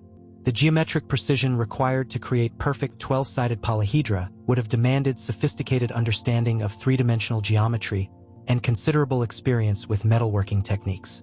These were not crude folk artifacts or amateur experiments, but professional quality objects manufactured by skilled craftsmen working within the broader Roman industrial system. The variety of hole sizes across different specimens has generated numerous theories about potential functions, though none has gained widespread acceptance among archaeologists. Some researchers propose the dodecahedra served as surveying instruments, with the various holes used to measure distances or angles. However, the lack of standardization in hole sizes contradicts this theory. Measuring devices require consistent scales to be useful. Other theories suggest more domestic applications. Some scholars propose the dodecahedra functioned as knitting aids, with the holes and knobs serving to create consistent yarn tensions or stitch patterns. Experimental archaeology has demonstrated that dodecahedra can indeed be used for knitting gloves and other fitted garments. But this doesn't explain why such devices would require the expense and skill of bronze casting when simpler materials would suffice. Religious or ritual functions represent another category of speculation. The 12-sided form might have held symbolic significance in Celtic or Germanic spiritual traditions, with the objects serving as ceremonial items or ritual tools in pre-Christian practices that survived under Roman rule. The mathematical perfection of the dodecahedral form has mystical associations in various cultural traditions, and the bronze construction would have made these objects both valuable and durable for ceremonial use. Military applications have also been proposed, with suggestions that dodecahedra served as standards, signals, or specialized equipment for frontier forces. The geographical distribution along the empire's northern borders supports this interpretation, as does the robust bronze construction that would withstand military use. However, no clear connection to known Roman military equipment or tactics has been established. The complete absence of dodecahedra from Roman written sources presents the most perplexing aspect of this mystery. The Romans wrote extensively about their tools, weapons, religious objects, surveying equipment, and craft techniques. They documented foreign customs and local specialties encountered in conquered territories.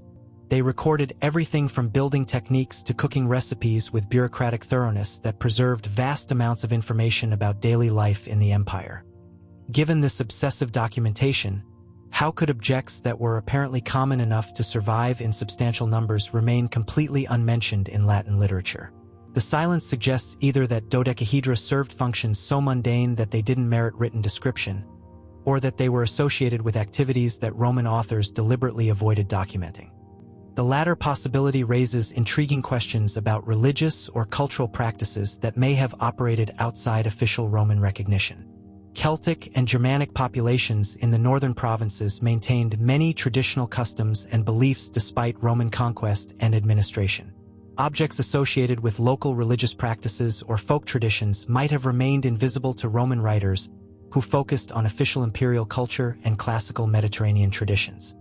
Another possibility is that dodecahedra represent a specialized craft or trade technique that operated within oral traditions rather than written manuals. Many skilled trades in the ancient world transmitted technical knowledge through apprenticeship systems that relied on direct demonstration rather than written instruction. If dodecahedra served functions within such traditions, their purpose might have been widely understood by practitioners while remaining undocumented in formal literature. The bronze working skills required to manufacture dodecahedra would have been available throughout the Roman Empire, yet the objects appear only in specific geographical regions.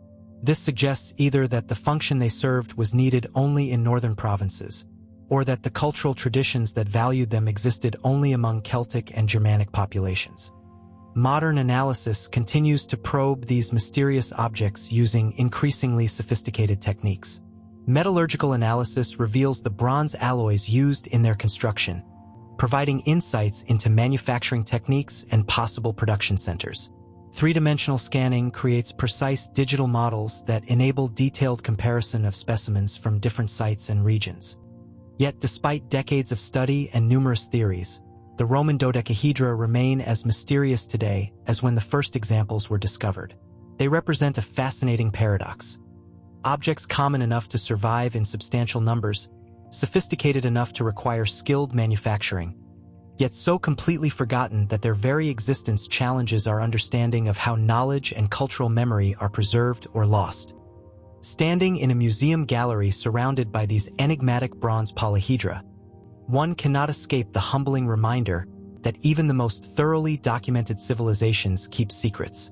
The Roman Empire's forgotten dodecahedra whisper of purposes and knowledge that somehow slipped through the cracks of history, leaving behind only bronze riddles that continue to confound our modern understanding. They remind us that mystery and the mundane often walk hand in hand through the corridors of the past. 3. The Phaistos Disc, the world's first printed text. If the Roman dodecahedra challenge us with their mysterious ubiquity, objects so common that they filled museum collections yet so forgotten that no one remembers their purpose, then our next encounter takes us to the opposite extreme of archaeological puzzlement. Sometimes the most profound mysteries arise not from what was everywhere, but from what existed only once. In the storage rooms of the Heraklion Archaeological Museum on the island of Crete rests perhaps the most unique artifact ever discovered. A clay disc that represents a technological achievement so far ahead of its time that it seems to have materialized from an impossible future. The Phaistos disc embodies a paradox that strikes at the heart of how we understand technological development and cultural transmission. Here is an object that demonstrates sophisticated understanding of printing concepts that wouldn't be invented again until Johannes Gutenberg revolutionized European book production in the 15th century. Yet this ancient Minoan artifact dates to approximately 1700 BCE, making it older than Moses, older than the Trojan War, older than the entire classical world that we consider the foundation of Western civilization. The story begins in the summer of 1908, when Italian archaeologist Luigi Pernier was excavating the Minoan palace complex at Phaistos, on Crete's southern coast. Working in a storage room that had been sealed since the palace's destruction over 3 millennia earlier, Pernier's team uncovered a fired clay disc approximately 15 centimeters in diameter, about the size of a modern dinner plate. At first glance, it seemed like yet another piece of palace pottery, interesting but hardly revolutionary. Only when Pernier began cleaning the disc's surface did he realize he had discovered something unprecedented in the archaeological record. Both sides of the clay disc were covered with symbols arranged in a tight spiral pattern that wound from the outer edge toward the center, like an ancient phonograph record made of fired earth. But these weren't painted or carved symbols. They had been impressed into the clay using individual stamps or seals, each character created by pressing a separate tool into the soft clay before firing. The implications were staggering. The Phaistos disc represented not just writing, but the concept of movable type, individual symbols that could be combined and recombined to create different texts. This was printing technology conceived and executed over 3,000 years before Gutenberg's printing press transformed European literacy and learning. The Minoan craftsmen who created this disc understood principles of standardized character reproduction that formed the foundation of the printing revolution. The disc contains 241 individual symbol impressions arranged in 45 distinct signs, spiraling from edge to center on both sides. The symbols themselves form a remarkable bestiary of ancient life. Human figures in various poses, animals including birds and fish, tools and weapons, architectural elements, and abstract geometric designs. Each symbol was created using a separate seal or stamp, evidenced by the crisp, uniform impressions that could only result from mechanical reproduction rather than freehand drawing. Vertical lines divide the text into what appear to be word groups, creating 61 distinct clusters that suggest organized linguistic structure. The spiral arrangement and clear divisions indicate systematic organization rather than random symbol placement. This is clearly a deliberate text created by someone who understood both the medium's possibilities and the message's requirements. Yet, for all its apparent sophistication, the Phaistos disc remains completely undeciphered. Over a century of scholarly effort has produced dozens of proposed translations, each more creative than the last, but none gaining acceptance from the broader archaeological community. The fundamental problem is that the disc exists in complete isolation. No other examples of this script have ever been discovered despite more than a century of excavation across Minoan sites.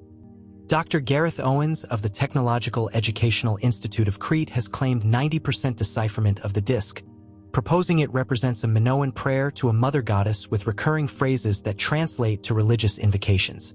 His interpretation suggests the disc contains ritual text related to fertility and childbirth, with specific symbols representing goddess names and ceremonial actions.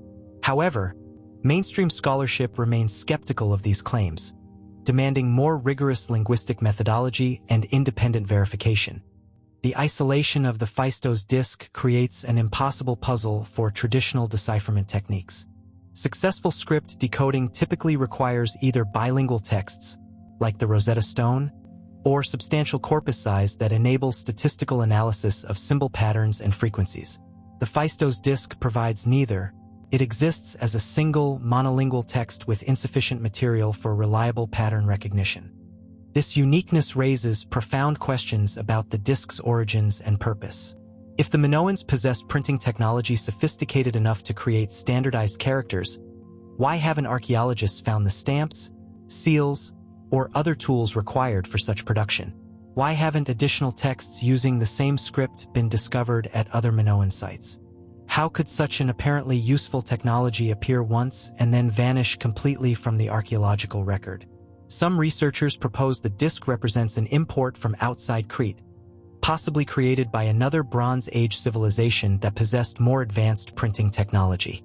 The symbols include elements that don't clearly match other Minoan artistic traditions, and the technological sophistication seems to exceed what's known about Minoan metalworking and seal production. Others suggest the disc represents an experimental or ceremonial object, created for specific ritual purposes that didn't require reproducibility or widespread use. The careful spiral arrangement and apparent textual organization support interpretations of religious or magical content that might have been intended for single-use ritual purposes. The printing technology evident in the Phaistos disc challenges conventional narratives about technological development and cultural innovation. The leap from individual character creation to mechanical reproduction represents a conceptual breakthrough that seems to require accumulated experience with simpler printing techniques. Yet no evidence exists for intermediate stages in printing technology development within Minoan civilization. Recent digital analysis has revealed additional complexity in the disc's construction. High-resolution photography shows that the individual stamps were applied with consistent pressure and orientation, suggesting experienced craftsmanship rather than experimental technique. The symbols themselves display sophisticated understanding of visual communication, with clear symbolic categories and apparent grammatical organization. Three-dimensional scanning has enabled detailed analysis of the stamping technique, revealing information about the tools and methods used for character creation. The stamps appear to have been made from bronze or another hard material, pressed into clay that was maintained at optimal moisture content for clear impression reproduction. The broader implications of the Phaistos disc extend far beyond questions of ancient printing technology to fundamental issues about innovation, transmission, and loss of knowledge. If Bronze Age craftsmen could conceive and execute printing techniques that wouldn't reappear for millennia, what other technological achievements have been lost to the gaps in archaeological preservation?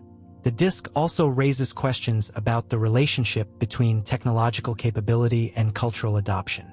Even if Minoan craftsmen possessed the knowledge to create movable type printing, economic, social, or cultural factors might have prevented widespread adoption of the technology. Complex innovations often require specific social conditions to flourish and spread.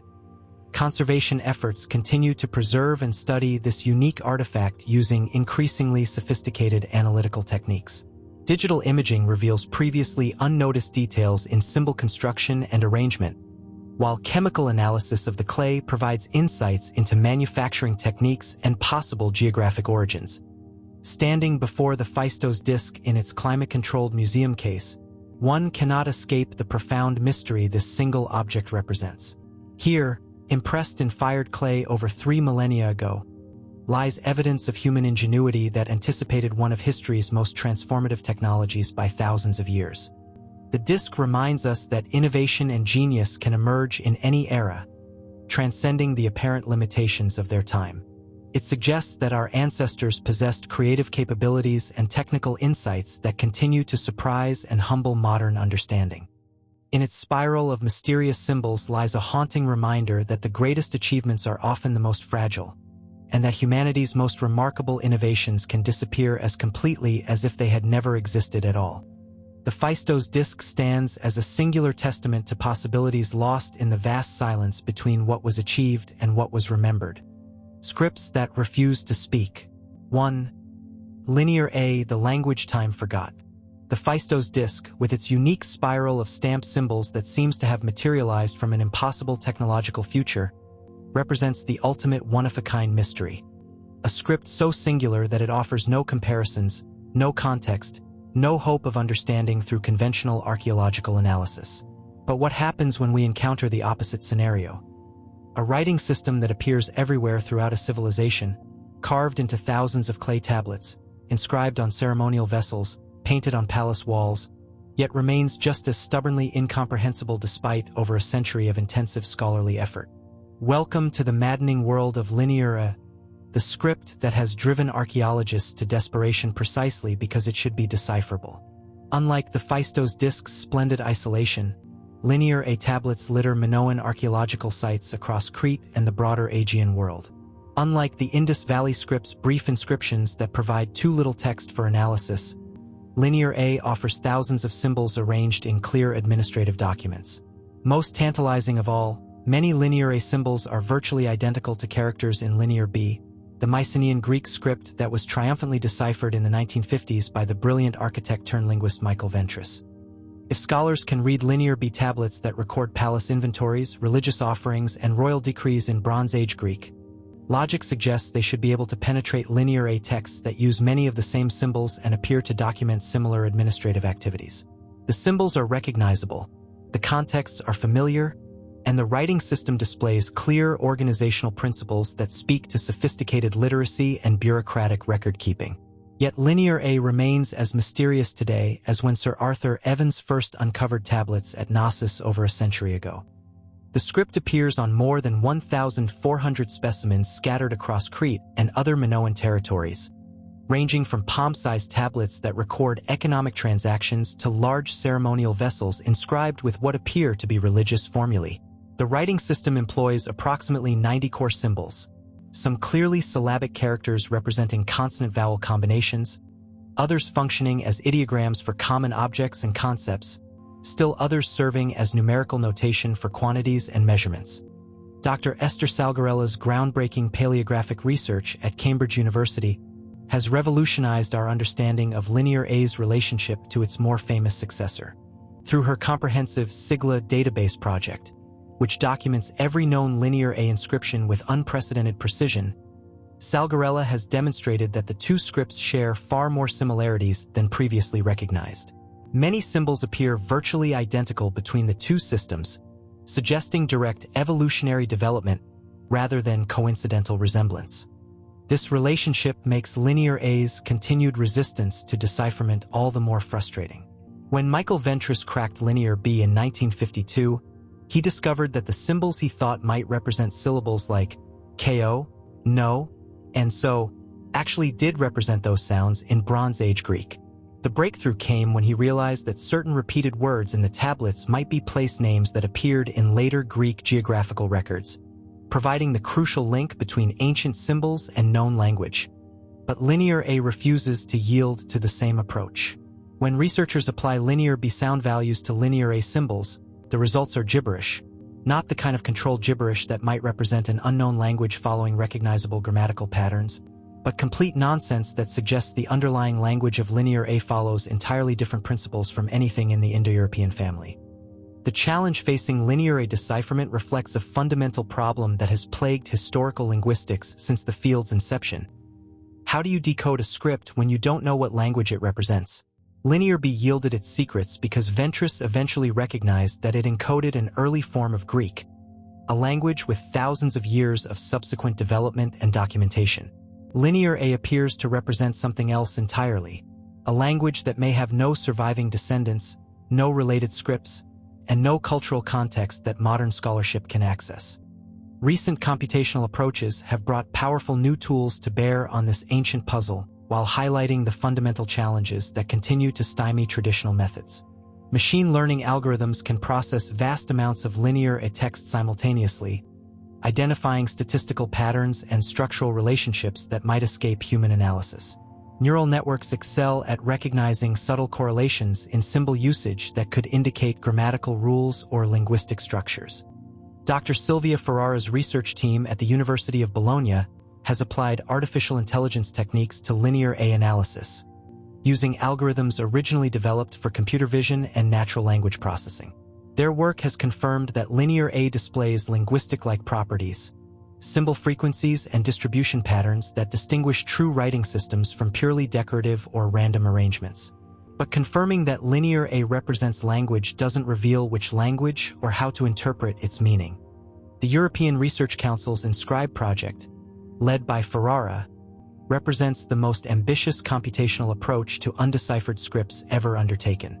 Using machine learning techniques that can identify patterns across multiple writing systems simultaneously, the project seeks to discover universal principles of script development and function that might unlock scripts like Linear A, Proto-Elamite, and others that have resisted traditional decipherment. Yet, even the most sophisticated AI approaches face limitations imposed by the nature of the evidence itself. Machine learning requires large datasets to identify meaningful patterns, and while Linear A provides more text than many undeciphered scripts, the corpus remains relatively small compared to the vast libraries of text that enable modern natural language processing. More fundamentally, AI can identify patterns and structures, but interpreting meaning requires cultural context that exists outside the texts themselves. The content of Linear A inscriptions provides tantalizing glimpses into Minoan administrative and possibly religious practices, while raising new questions about the civilization's organization and beliefs. Most tablets appear to record economic transactions, lists of commodities, quantities of goods, personnel assignments, and resource allocations that formed the backbone of palace bureaucracy. The numerical systems are partially understood, revealing sophisticated accounting practices and standardized measurement systems. But Linear A also appears on objects that clearly had religious or ceremonial significance. The famous Hagia Triada sarcophagus bears Linear A inscriptions alongside elaborate religious scenes, while ceremonial vessels and ritual objects from cave sanctuaries display formulaic phrases that may represent prayers, invocations, or magical texts. These religious contexts suggest Linear A served multiple functions within Minoan society, recording both mundane administrative details and sacred knowledge. The 2024 discovery at Knossos of what may be the longest Linear A inscription ever found, carved into an elaborately decorated ivory object that probably served as a ceremonial scepter, has provided unprecedented new material for analysis. The inscription contains over 50 characters in a continuous text that displays clear organizational structure and repeated elements that might represent formulaic phrases or ritual language. Initial analysis of the Knossos ivory inscription has revealed intriguing patterns that both encourage and frustrate researchers. The text shows clear internal structure with apparent word divisions and repeated elements that suggest grammatical organization. Several character sequences appear elsewhere in the Linear A corpus, providing potential connections to other inscriptions. Yet attempts to apply various linguistic interpretations have produced no convincing translations or clear meanings. The mystery deepens when we consider Linear A's geographical distribution and cultural context. The script appears not only across Crete but also on islands throughout the Aegean and at trading posts that connected Minoan merchants with Egypt, the Levant, and other Bronze Age civilizations. This wide distribution suggests Linear A served international communication needs, possibly recording transactions and agreements that crossed cultural and linguistic boundaries. Recent DNA analysis of Bronze Age Aegean populations has confirmed that the Minoans were largely indigenous to Crete, descended from Neolithic farming populations that had inhabited the island for millennia. This genetic continuity suggests that the language encoded in Linear A developed locally rather than arriving through migration or conquest, making it even more difficult to connect with known language families. The relationship between Linear A and other undeciphered scripts remains hotly debated. Some researchers propose connections to the Indus Valley script, pointing to similar symbol structures and possible shared origins in early international trade systems. Others suggest relationships to Anatolian languages or early forms of scripts that would later develop into classical writing systems. The scholarly debate over Linear A decipherment reflects broader questions about the nature of linguistic evidence and the methods used to reconstruct ancient languages. Traditional comparative linguistics relies on documented relationships between known languages to reconstruct earlier forms and decode unknown scripts. But Linear A may represent a linguistic isolate, a language with no surviving relatives that developed independently from known language families. Standing in the archives of the Heraklion Archaeological Museum, surrounded by drawers full of Linear A tablets that once recorded the thoughts and decisions of Bronze Age bureaucrats, one cannot escape the profound frustration these texts represent. Here, preserved in fired clay, are the actual words of people who lived and worked in the Minoan palaces. Their concerns about grain supplies, their religious invocations, their administrative decisions, and personal communications. The tablets speak to us across millennia with the clarity of perfect preservation, yet their meaning remains locked away as securely as if they were written in an alien language from another world. Linear A reminds us that writing systems can survive the civilizations that created them while their meaning dies as completely as spoken conversations fading into silence. In these undeciphered characters lies one of archaeology's most poignant mysteries: the preserved voices of an entire civilization, speaking words we can see but cannot hear, recording thoughts we can observe but cannot understand. 2.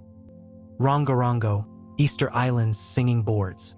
While the Linear A tablets of Crete preserve the administrative voices of a vanished Mediterranean civilization in symbols we can see but cannot comprehend, our journey through humanity's undeciphered scripts now carries us across the vast Pacific Ocean to perhaps the most isolated inhabited island on Earth.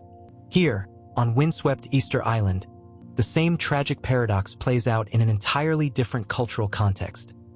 Ancient texts that survived against impossible odds, carved into precious wooden boards by people who understood their profound importance, yet whose meaning has been lost so completely that even the descendants of their creators cannot remember what their ancestors sought to preserve. Rongorongo represents one of archaeology's most poignant mysteries, a writing system that emerged in complete geographical isolation, developed independently from any other known script tradition, and disappeared so thoroughly that its very existence was almost forgotten until European scholars began documenting Pacific Island cultures in the late 19th century. If Linear A frustrates us because it should be decipherable given its relationship to Linear B, then Rongorongo presents the opposite challenge. A script so unique, so utterly without precedent or parallel, that every attempt at understanding must begin from absolute zero. The very name Rongorongo speaks to the sacred nature of these inscribed boards in Rapa Nui culture. The word translates roughly as to recite, to declaim, or to speak in a singing voice, suggesting that the carved symbols were meant to be read aloud in ceremonial contexts that combined literacy with oral performance. The 26 surviving Rongorongo objects, wooden boards, staffs, and a single carved Reimaro, crescent-shaped pectoral ornament, represent all that remains of what may have been a sophisticated literary tradition that once encompassed the entire cultural and spiritual life of Easter Island. These artifacts are scattered across museums worldwide, from the Smithsonian Institution in Washington to the British Museum in London, each piece a fragment of a lost intellectual tradition that was already dying when the first European missionaries arrived on Easter Island in the 1860s. The wooden boards themselves, some measuring over a meter in length, were carved from precious Toro Moro wood that had to be carefully conserved on an island with severely limited forest resources. The fact that Rapa Nui carvers devoted such valuable material to text production speaks to the extraordinary importance these inscriptions held in their society. The Rongorongo symbols form a remarkable bestiary of Pacific Island life, carved in neat rows that cover every available surface of the wooden boards. Human figures appear in various poses, some dancing, others holding objects, many with elaborate headdresses that suggest ceremonial or religious significance. Marine life features prominently: fish, octopi, sea turtles, and frigate birds that were crucial to navigation and survival on a remote ocean island. Plants, geometric designs, and abstract symbols complete a vocabulary of approximately 120 basic glyphs, with nearly 500 documented variants. What makes Rongorongo particularly intriguing is its unique writing direction, a system called reverse boustrophedon that has no parallel in any other known script. The text reads from left to right on the first line, but when the reader reaches the end, they must physically rotate the board 180 degrees and continue reading from left to right on what is now the upside-down second line. This alternating pattern continues throughout the text, creating a reading experience that requires constant physical manipulation of the inscribed object. This unusual writing system suggests that Rongorongo texts were designed for oral recitation rather than silent reading. The physical act of turning the board would have created natural pauses and rhythm in the recitation, perhaps allowing for musical or chanted performance that combined visual symbols with spoken tradition. The very physicality of reading Rongorongo may have been integral to its meaning and cultural function. Bishop Eugene Arod, one of the first European missionaries to Easter Island, provided our earliest description of Rongorongo in 1864. In every house one finds wooden tablets or sticks covered in several sorts of hieroglyphic characters. They are depictions of animals unknown on the island, which the natives draw with stones. Each figure has its name, but the little attention they pay to these tablets leads me to think that these characters, remnants of some primitive writing, are now for them a custom rather than a necessity. Tragically, Arod's observation proved prophetic. The knowledge of how to read Rongorongo was already fading when Europeans first encountered it, and within a few decades, the tradition had died out completely. The devastating impact of slave raids, introduced diseases, and cultural disruption meant that the last individuals who could read the scripts died before their knowledge could be properly recorded. Several late 19th century attempts were made to document Rongorongo traditions from elderly Easter Islanders who claimed some familiarity with the texts. The most famous informant was Medoro Taor, who worked with British collector William Thomson in 1886 to provide interpretations of several Rongorongo boards. However, Mitoro's readings were inconsistent and often contradictory, suggesting he may have been improvising rather than reading actual text. His interpretations mixed apparent genuine knowledge with creative storytelling, making it nearly impossible to distinguish authentic tradition from well-meaning fabrication. The mystery deepens when we consider the origins of Rongorongo itself. Radiocarbon dating of the wooden boards confirms that they predate European contact, ruling out theories that the script was inspired by Spanish or other European writing systems introduced to the island in the 18th century. The symbols and writing system appear to have developed indigenously, making Rongorongo one of the very few writing systems known to have been invented independently rather than borrowed or adapted from existing scripts. This independence presents both opportunities and challenges for decipherment efforts. On one hand, Rongorongo's isolation means it cannot be confused with or contaminated by influence from other writing traditions. On the other hand, the lack of connections to known scripts eliminates the comparative methods that have proven successful in deciphering other ancient writing systems. Recent scholarly work has brought increasingly sophisticated analytical techniques to bear on the Rongorongo mystery. Dr. Stephen Fisher's controversial claims in the 1990s that he had successfully deciphered the script as genealogical chance recording Easter Island's creation mythology generated significant media attention but failed to gain acceptance from the broader scholarly community. Fisher's interpretations required assumptions about symbol meanings that could not be independently verified. More recently, computer scientist Eric Kiley has claimed breakthrough progress in Rongorongo decipherment, proposing that the script functions as a syllabary encoding Polynesian language with sound values that can be systematically determined through pattern analysis. Kiley's 2025 work suggests that Rongorongo texts contain recognizable Polynesian words and grammatical structures, but his interpretations await peer review and scholarly evaluation. The application of artificial intelligence and machine learning to Rongorongo analysis offers new possibilities while highlighting the fundamental challenges that have stymied traditional approaches. Pattern recognition algorithms can identify structural relationships and symbol frequencies that might escape human analysis, while neural networks can process the entire corpus simultaneously to detect subtle correlations in symbol usage. However, AI approaches face the same limitations that confront human researchers. The Rongorongo corpus is extremely small, the cultural context has been largely lost, and no bilingual texts or external linguistic connections provide keys to meaning. Machine learning excels at identifying patterns, but interpreting meaning requires cultural knowledge that exists outside the texts themselves. The broader significance of Rongorongo extends far beyond questions of Pacific Island literacy to fundamental issues about human cultural achievement and the fragility of knowledge transmission. Here, on one of the world's most isolated islands, a small population developed sophisticated symbolic communication without any external influence or model.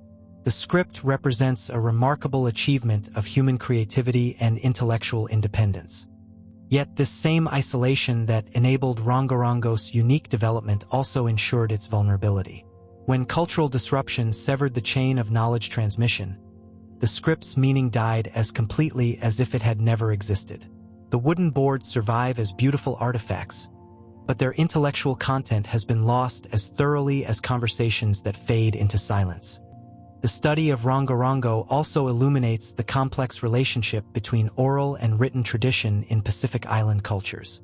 The script appears to have functioned not as a replacement for oral knowledge but as a complement to it, visual symbols that supported and structured recitation rather than independent literary texts. This integration of visual and oral elements may have created richer cultural transmission than either tradition alone could achieve. Standing on Easter Island's windswept shores, where the carved moai gaze eternally across the Pacific while Rongorongo boards rest silent in distant museums, one cannot escape the profound tragedy these artifacts represent. Here lie the preserved thoughts of a remarkable people who achieved something extraordinary, the independent invention of writing in one of the world's most isolated locations, only to see their intellectual achievement vanish as completely as voices carried away by the ocean wind. The singing boards of Easter Island remind us that human creativity knows no boundaries of geography or circumstance, but that the greatest achievements are often the most fragile, preserved only as long as living memory maintains their meaning. In Rongorongo's silent symbols lies a haunting reminder that knowledge without transmission is merely beautiful mystery, speaking across centuries in a language that time itself has forgotten. 3. Proto-Elamite, Iran's ancient enigma. From the windswept isolation of Easter Island, where a unique script emerged in complete geographical separation from the rest of the human world only to vanish into the silence of lost oral traditions, our quest for understanding humanity's undeciphered writing systems now carries us to the opposite extreme of ancient connectivity. In the highlands of Iran, where the Zagros Mountains meet the Mesopotamian plains, archaeologists have uncovered evidence of one of humanity's earliest experiments in written communication.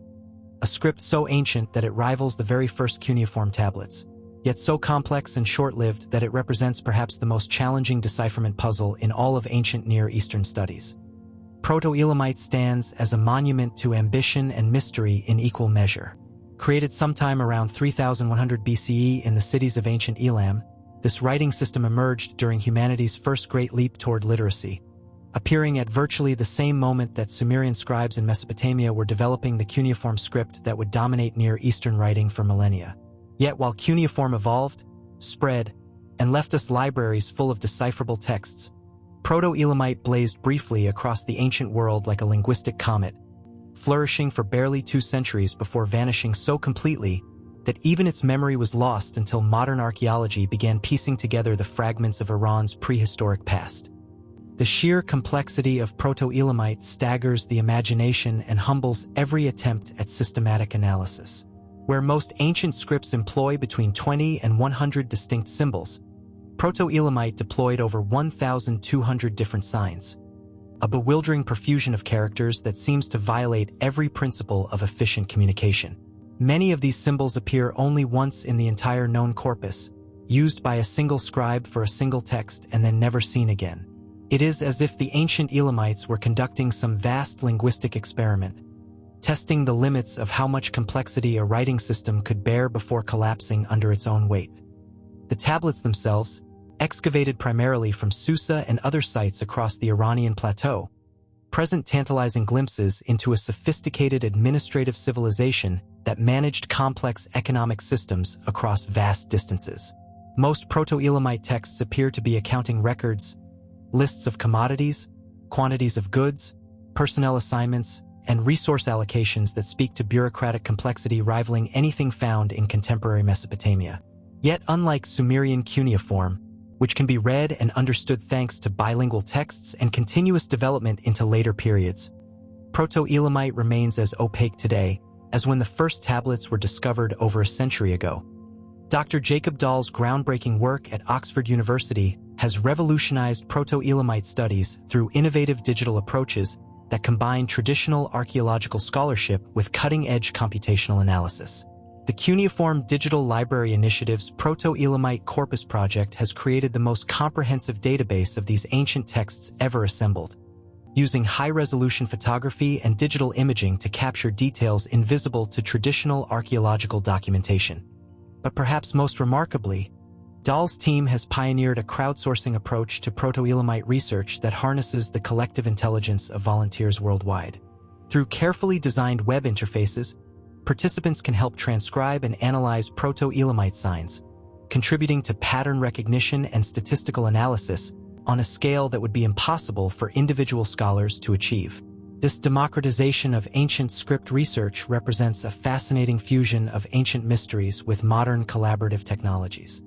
The crowdsourcing project has revealed intriguing patterns in Proto-Elamite sign usage while highlighting the fundamental challenges that continue to stymie decipherment efforts. Statistical analysis confirms that the script displays linguistic-like properties, symbol frequencies, and distribution patterns that distinguish true writing from purely pictorial or decorative systems. Certain signs appear consistently in administrative contexts, suggesting standardized terminology for common commodities, quantities, and bureaucratic procedures. Yet even the most sophisticated computational analysis cannot overcome the basic problem that has plagued Proto-Elamite studies since their inception. We have no idea what language the script represents. Unlike cuneiform, which preserved the Sumerian and Akkadian languages that can be connected to later linguistic developments, Proto-Elamite appears to encode a language that vanished as completely as the script itself. No bilingual texts provide keys to meaning. No clear evolutionary relationships to later writing systems offer comparative methods. And no external linguistic evidence illuminates the cultural and intellectual world that created these mysterious tablets. The geographical and temporal context of Proto-Elamite adds another layer of complexity to this already challenging puzzle. The script appears during a period of remarkable cultural experimentation across the ancient Near East, when multiple civilizations were simultaneously developing the technologies and social systems that would define urban life for millennia. Proto-Elamite tablets have been found not only in Iran but also at sites across Central Asia, suggesting trade networks and cultural connections that spanned vast distances during humanity's earliest urban period. This wide distribution raises intriguing questions about Proto-Elamite's function and significance. Was it primarily an administrative tool developed by Iranian bureaucrats to manage complex economic systems? Did it serve as a lingua franca for international trade across Central Asian routes? Or does it represent something more ambitious? An early attempt to create a comprehensive writing system capable of encoding all aspects of human thought and experience. Recent breakthroughs in related Elamite scripts offer both hope and frustration for Proto-Elamite researchers. François Dessit's remarkable success in deciphering Linear Elamite, a later script used in Iran during the 3rd millennium BCE, has provided unprecedented insights into Elamite language and culture. Dessit's work demonstrates that Linear Elamite functioned as a syllabic script, encoding the Elamite language with systematic sound values that can be determined through careful analysis of royal inscriptions and their Akkadian translations. However, the relationship between Proto-Elamite and Linear Elamite remains unclear and hotly debated. The two scripts are separated by several centuries and show little obvious graphical similarity, making it difficult to establish direct evolutionary connections. Proto-Elamite's pictographic character contrasts sharply with Linear Elamite's abstract syllabic signs, suggesting either significant development over time or entirely separate writing traditions that happen to serve the same linguistic community. The mystery deepens when we consider Proto-Elamite's sudden disappearance from the archaeological record around 2900 BCE. Unlike cuneiform, which evolved gradually from pictographic origins into the sophisticated syllabic system that would dominate Near Eastern literacy for millennia, Proto-Elamite simply vanished. No intermediate stages of development have been discovered, no simplified versions adapted for different purposes, no evidence of gradual decline or transformation into other writing systems. This abrupt termination suggests that Proto-Elamite's complexity may have been both its greatest achievement and its fatal flaw. A writing system with over 1,200 signs would have required extensive training to master, limiting literacy to a small class of professional scribes. The administrative focus of most Proto-Elamite texts suggests the script served primarily bureaucratic functions rather than broader cultural or literary purposes that might have encouraged wider adoption and continued development. Archaeological evidence from Susa and other Proto-Elamite sites reveals sophisticated urban civilizations with advanced metallurgy, monumental architecture, and complex trade networks that connected Iran with Mesopotamia, Central Asia, and the Indus Valley. These civilizations possessed the economic resources and administrative complexity that would have both required and supported sophisticated writing systems. Yet they chose to abandon Proto-Elamite's complexity in favor of simpler systems, or perhaps abandoned writing altogether for periods of time. Machine learning applications to Proto-Elamite analysis represent the cutting edge of computational approaches to undeciphered scripts. Neural networks trained on pattern recognition can identify subtle correlations in sign usage that might escape human analysis, while natural language processing techniques adapted for ancient scripts can test hypotheses about grammatical structure and linguistic properties. The Oxford team's collaboration with computer scientists has produced sophisticated tools for analyzing sign frequencies, distribution patterns, and contextual relationships. Yet, even the most advanced AI approaches face fundamental limitations imposed by the nature of the evidence itself. Proto-Elamite's complexity means that many signs appear only once or twice in the entire corpus, providing insufficient data for reliable statistical analysis. The unknown underlying language eliminates the possibility of using comparative linguistic methods that have proven successful with other ancient scripts. and the predominantly administrative content provides little of the varied textual material that successful decipherment typically requires. The broader implications of Proto-Elamites' mystery extend far beyond questions of ancient Iranian literacy to fundamental issues about the development and transmission of human knowledge systems. Here was a civilization that achieved something remarkable, the creation of one of humanity's earliest and most complex writing systems, only to see their intellectual achievement vanish so completely that its very existence was forgotten for millennia. Recent excavations continue to yield new Proto-Elamite tablets, each discovery bringing fresh hope for the crucial breakthrough that might unlock this ancient puzzle. Advanced imaging techniques reveal previously unnoticed details in sign construction and usage, while chemical analysis of the clay tablets provides insights into manufacturing techniques and possible geographic origins. The search for longer texts, bilingual inscriptions, or clear linguistic connections continues to drive Proto-Elamite research. Each new tablet offers the possibility of containing the key that might finally open this ancient linguistic treasure chest. Yet with each discovery that fails to provide the breakthrough, the mystery only deepens. Standing among the ruins of ancient Susa, where Persian kings would later proclaim their victories in cuneiform that we can read with ease, one cannot escape the profound irony that some of humanity's earliest written thoughts remain completely inaccessible to modern understanding. The Proto-Elamite tablets speak to us across 5 millennia with the clarity of perfect preservation. Yet their meaning stays locked away as securely as if they were written in an alien language from another world. In these ancient characters lies perhaps the ultimate reminder that human achievement and human forgetting walk hand in hand through the corridors of time, leaving behind monuments to both our greatest ambitions and our most complete failures to preserve what we have created. Modern revelations. How technology changes everything. 1. LiDAR's hidden worlds. From the silent tablets of ancient Iran, where Proto-Elamite scribes recorded their thoughts in symbols so complex that over a millennium of signs refuses to yield its secrets to even our most sophisticated computational analysis, our journey now takes a dramatic turn toward the cutting edge of archaeological revolution. If the undeciphered scripts of the past remind us of the profound limitations that have long constrained human understanding of ancient civilizations, then the technological breakthroughs of the 21st century offer something unprecedented. The ability to peer through time itself, stripping away millennia of concealment to reveal entire lost worlds that have been hiding in plain sight. At the forefront of this archaeological revolution stands a technology that sounds like science fiction but has become the most powerful tool for discovery in modern archaeology. Light detection and ranging, or LiDAR.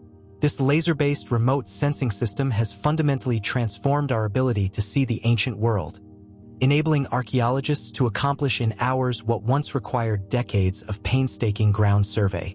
By firing millions of laser pulses per second from aircraft or satellites and measuring the time it takes for each pulse to return, LiDAR creates three-dimensional maps of landscapes with precision measured in centimeters, penetrating forest canopies, urban development, and agricultural fields to reveal the hidden archaeological treasures beneath.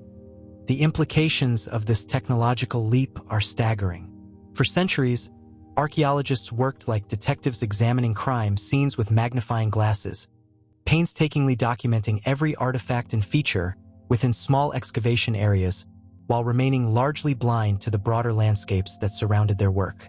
LiDAR has handed them the equivalent of X-ray vision, enabling them to see through vegetation, topsoil, and time itself to perceive entire ancient cityscapes, road networks, and agricultural systems that have been invisible since their abandonment. Perhaps nowhere has LiDAR's revolutionary impact been more dramatic than in the jungles of Central America, where Maya civilization created some of the most sophisticated urban landscapes in the ancient world. For over a century, archaeologists exploring Maya sites hacked through dense tropical vegetation to uncover individual pyramids, palaces, and ceremonial complexes, always aware that vast areas of potential archaeological significance remained completely inaccessible beneath the forest canopy.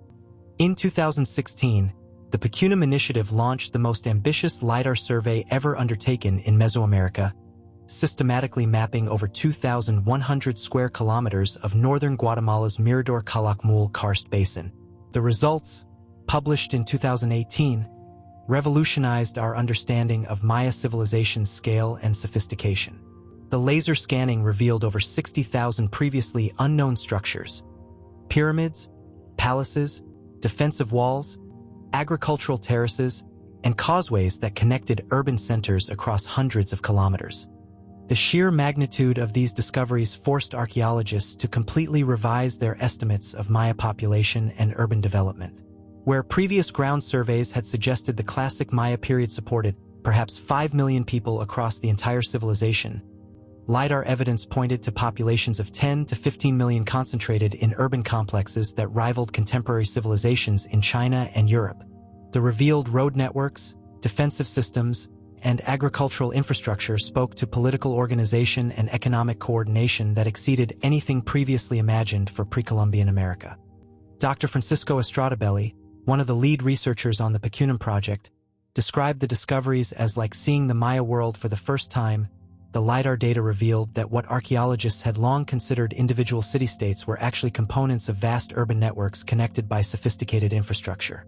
Massive defensive earthworks stretched for kilometers, protecting agricultural areas and trade routes that sustained urban populations far larger than tropical environments were thought capable of supporting. The technology's impact extends far beyond simple discovery to fundamental questions about environmental adaptation and social complexity.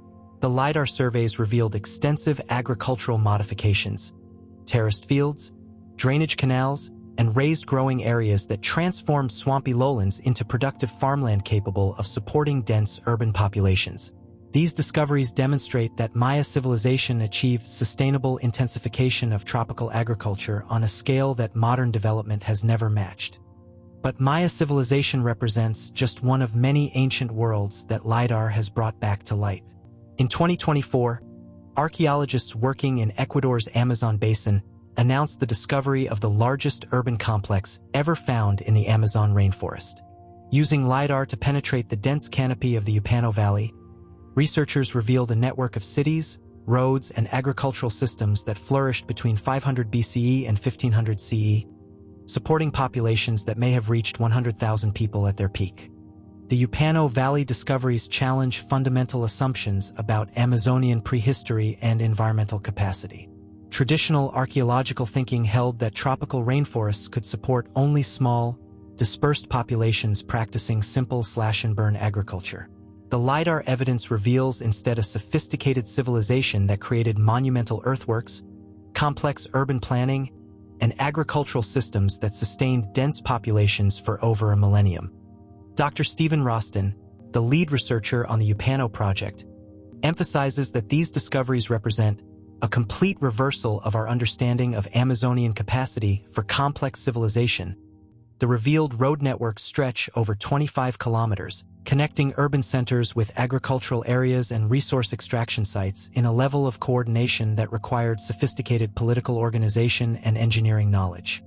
LiDAR's revolution extends beyond the American tropics to archaeological landscapes worldwide. In Cambodia, laser scanning has revealed the true extent of Angkor, the medieval capital of the Khmer Empire. Beyond the famous temple complexes that attract millions of tourists, LiDAR has uncovered a vast urban landscape covering over 1,000 square kilometers, with sophisticated water management systems that supported over 1 million inhabitants during the city's 12th century peak. The Angkor discoveries demonstrate LiDAR's particular value for understanding ancient water management and agricultural systems. The laser scanning revealed an intricate network of canals, reservoirs, and hydraulic infrastructure that enabled Khmer engineers to control seasonal flooding and create year-round agricultural productivity in a challenging tropical environment. These discoveries provide crucial insights into both the achievements and ultimate vulnerabilities of complex civilizations in monsoon climates.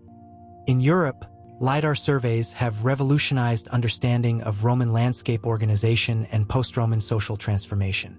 Across Britain, laser scanning has revealed extensive systems of Roman roads, field boundaries, and settlement patterns that remained invisible to traditional archaeological methods. The technology's ability to detect subtle topographical variations has uncovered abandoned medieval villages, ancient field systems, and industrial sites that document centuries of landscape change. The democratization of LiDAR technology has accelerated archaeological discovery while raising new questions about research priorities and cultural heritage management. Drone-mounted LiDAR systems now cost a fraction of traditional aircraft-based surveys, enabling local archaeological projects to access technology that was previously available only to major international research initiatives. This accessibility has led to an explosion of discoveries that challenges archaeologists' ability to process and interpret the resulting data. Modern LiDAR surveys can map 600 acres per day with resolution sufficient to detect individual artifacts on the ground surface. This productivity gain of several orders of magnitude over traditional survey methods means that archaeologists can now document landscape-scale phenomena that were previously impossible to study systematically. But it also means that the bottleneck in archaeological research has shifted from discovery to analysis and interpretation. The integration of LiDAR data with other remote sensing technologies has created new possibilities for understanding ancient landscapes and environmental change. Multispectral satellite imagery can detect subtle vegetation patterns that indicate buried archaeological features, while ground-penetrating radar provides subsurface information that complements LiDAR's surface mapping capabilities. The combination of these technologies enables archaeologists to create comprehensive portraits of ancient landscapes from bedrock to tree canopy. Artificial intelligence applications to LiDAR data analysis represent the cutting edge of automated archaeological discovery.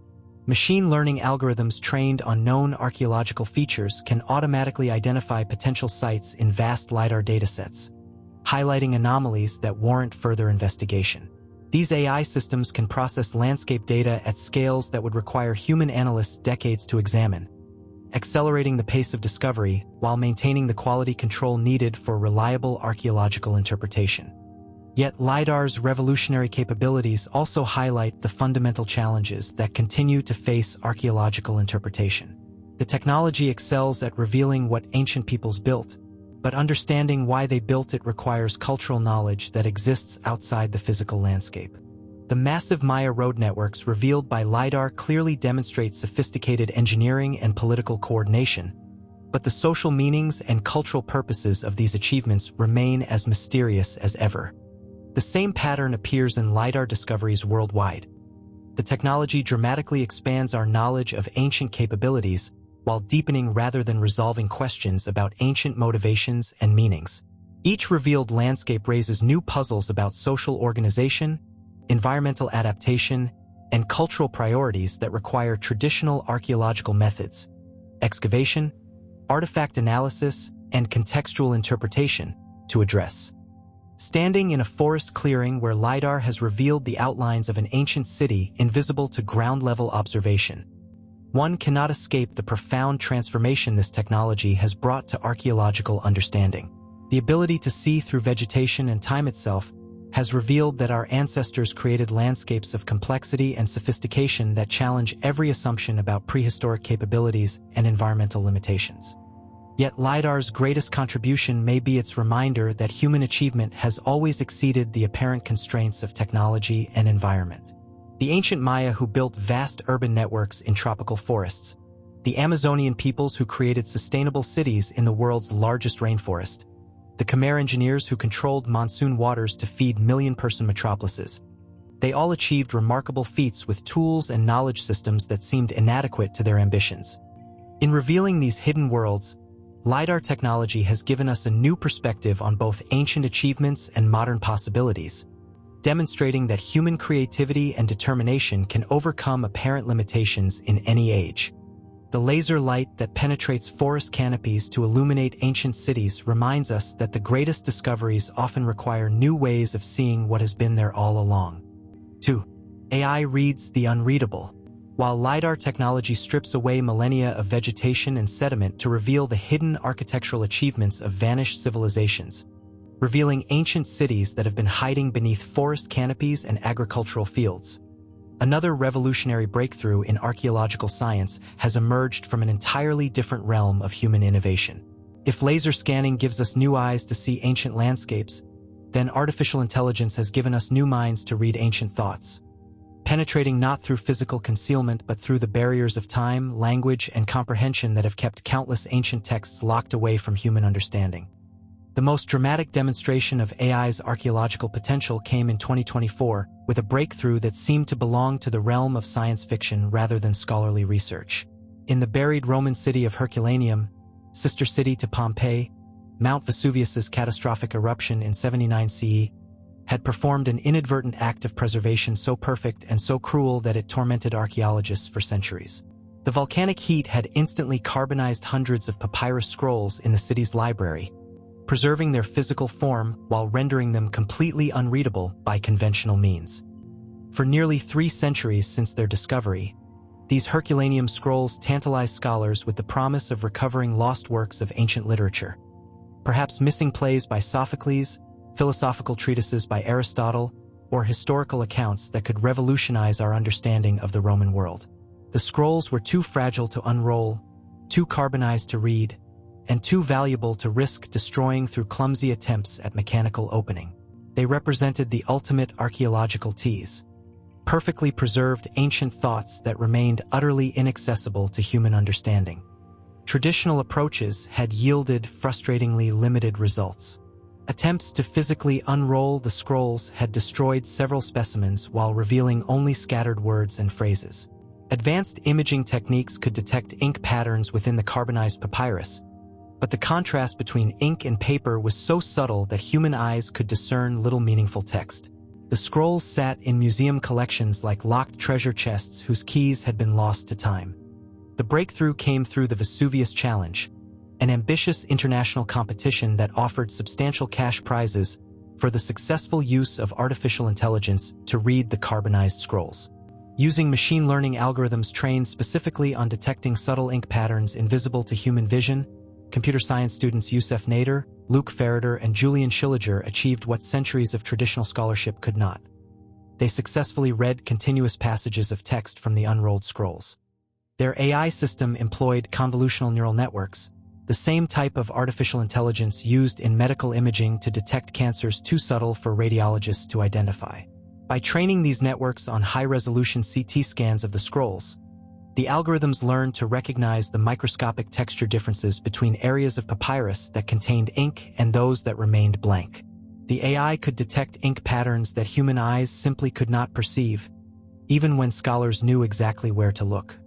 The first successfully deciphered passages revealed text discussing pleasure, food, and philosophy, fragments that appear to come from works by the Epicurean philosopher Philodemus.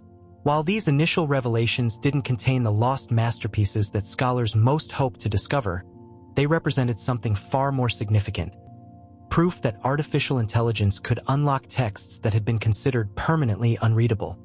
The implications of this breakthrough extend far beyond the Herculaneum scrolls to thousands of ancient documents worldwide that have remained inaccessible due to damage, deterioration, or poor preservation conditions. Papyri from Egypt's dry sands, parchments damaged by moisture and age, palimpsests where original texts were scraped away and overwritten with later works. All these categories of damaged manuscripts might yield their secrets to AI analysis. Dr. Federica Nicolardi, one of the world's leading experts on the Herculaneum papyri, described the AI breakthrough as a revolution comparable to the invention of the printing press. The technology doesn't just enable scholars to read previously unreadable texts. It fundamentally changes the economics and scale of ancient manuscript analysis. Where traditional papyrology required years of painstaking work by specialist scholars to decipher fragments of damaged texts, AI systems can process vast archives of damaged manuscripts in weeks or months. But artificial intelligence's archaeological applications extend far beyond recovering damaged texts to entirely new approaches to analyzing and understanding ancient writing systems. Machine learning algorithms excel at pattern recognition tasks that challenge human cognitive abilities, identifying subtle correlations and structural relationships that might escape traditional scholarly analysis even in perfectly preserved texts. The successful AI analysis of the Herculaneum scrolls has inspired applications to some of archaeology's most persistent mysteries. Research teams are now applying machine learning techniques to undeciphered scripts like Linear A, the Indus Valley Writing System, and Rongorongo, hoping that computational approaches might identify patterns invisible to human analysis. Dr. Silvia Ferrara's Inscribe project at the University of Bologna represents the most ambitious computational approach to undeciphered scripts ever undertaken. Using artificial intelligence techniques originally developed for computer vision and natural language processing, Ferrara's team seeks to identify universal principles of writing system development that might unlock scripts that have resisted traditional decipherment methods. The project employs neural networks that can analyze multiple writing systems simultaneously, identifying structural similarities and evolutionary patterns that suggest relationships between scripts separated by thousands of years and miles.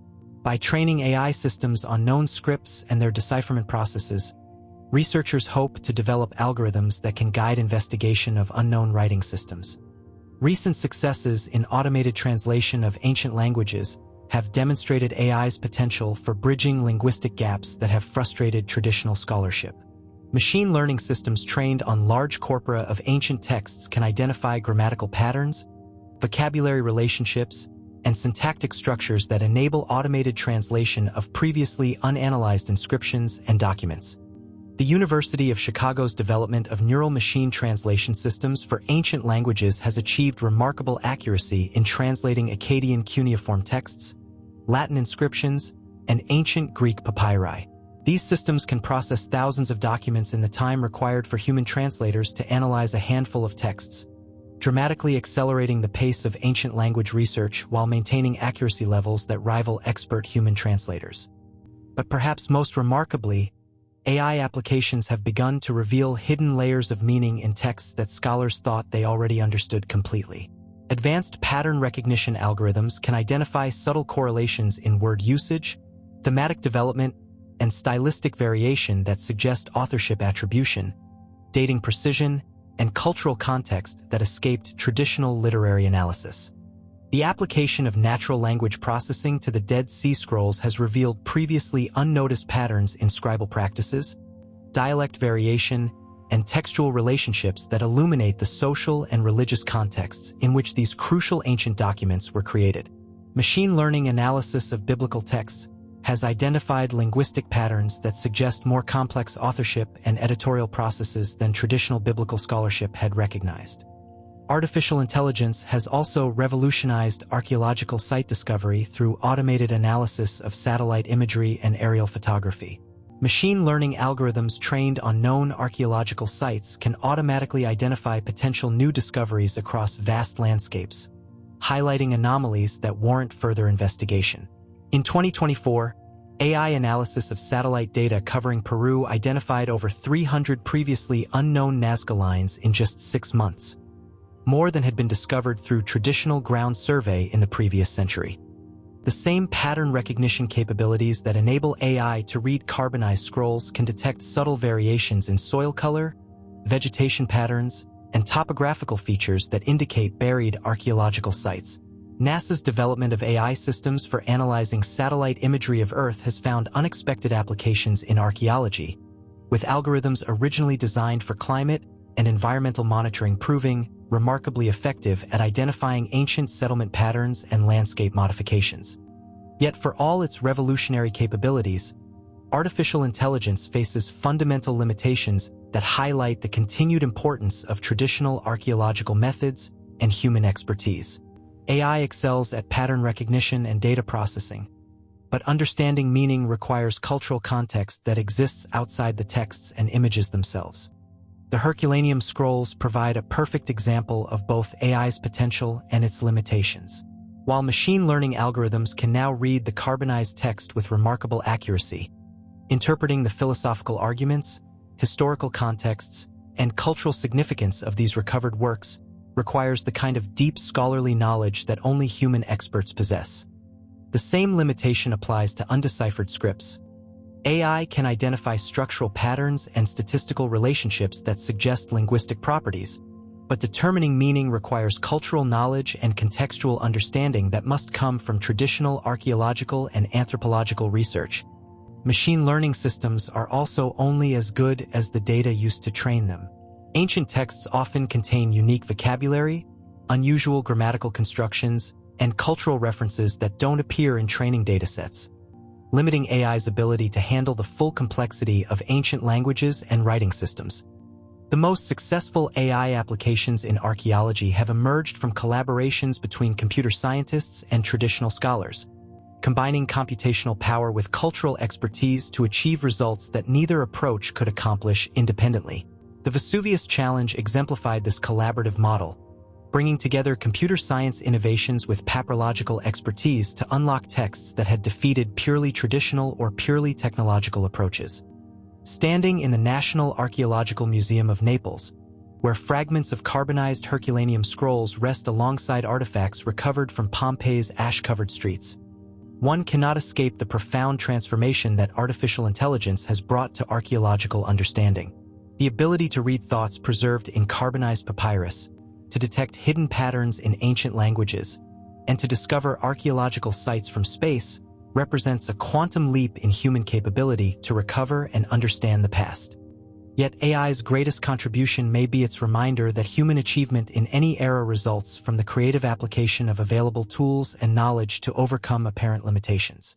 The ancient scribes who wrote the Herculaneum scrolls, the Maya astronomers who calculated planetary cycles, the Minoan bureaucrats who recorded their transactions in linear A, they all pushed the boundaries of what was possible with the technologies and intellectual frameworks available to them. In teaching machines to read ancient thoughts, we've gained new appreciation for the sophistication and complexity of human intellectual achievement across all eras, while developing tools that promise to unlock secrets of the past that seemed permanently lost to time. The artificial minds that can now read carbonized scrolls remind us that every age's impossible challenges become possible through the creative application of new technologies to ancient questions. 3. DNA rewrites ancient stories. While artificial intelligence penetrates the mysteries of ancient texts by teaching machines to read thoughts preserved in carbonized papyrus and damaged manuscripts, another revolutionary scientific breakthrough has emerged that reads an entirely different kind of ancient record, one written not in symbols carved on stone or ink pressed into paper, but in the very DNA that flows through human cells.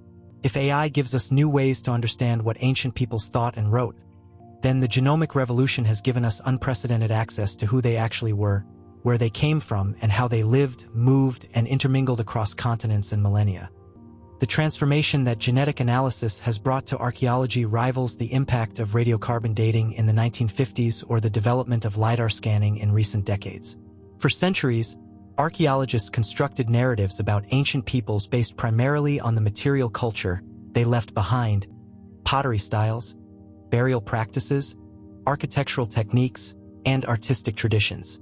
These approaches could reveal much about ancient technologies and cultural practices, but fundamental questions about population movements, family relationships, and biological adaptation remained largely speculative.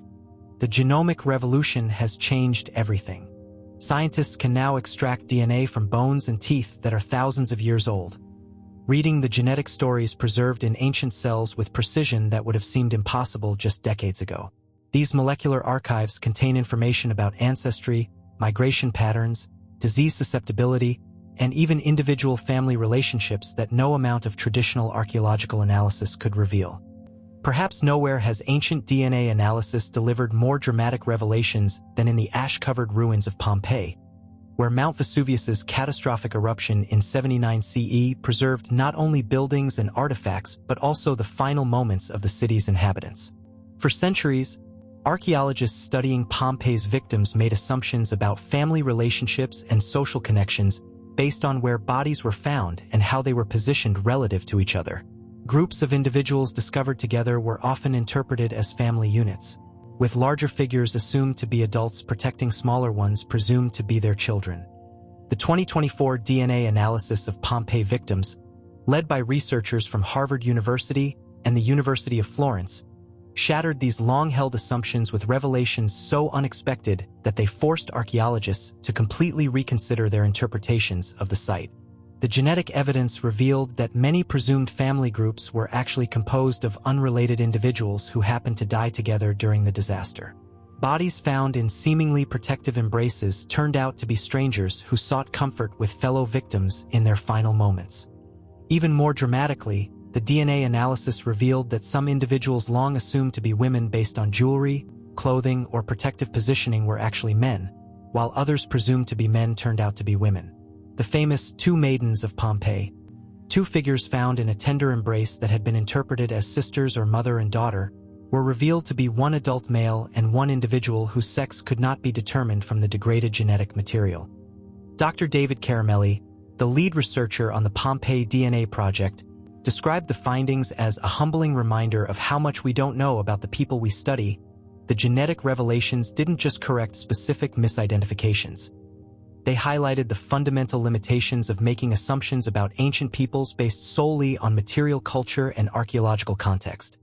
The Pompeii discoveries exemplify the broader revolution that ancient DNA analysis has brought to understanding human prehistory and historical populations.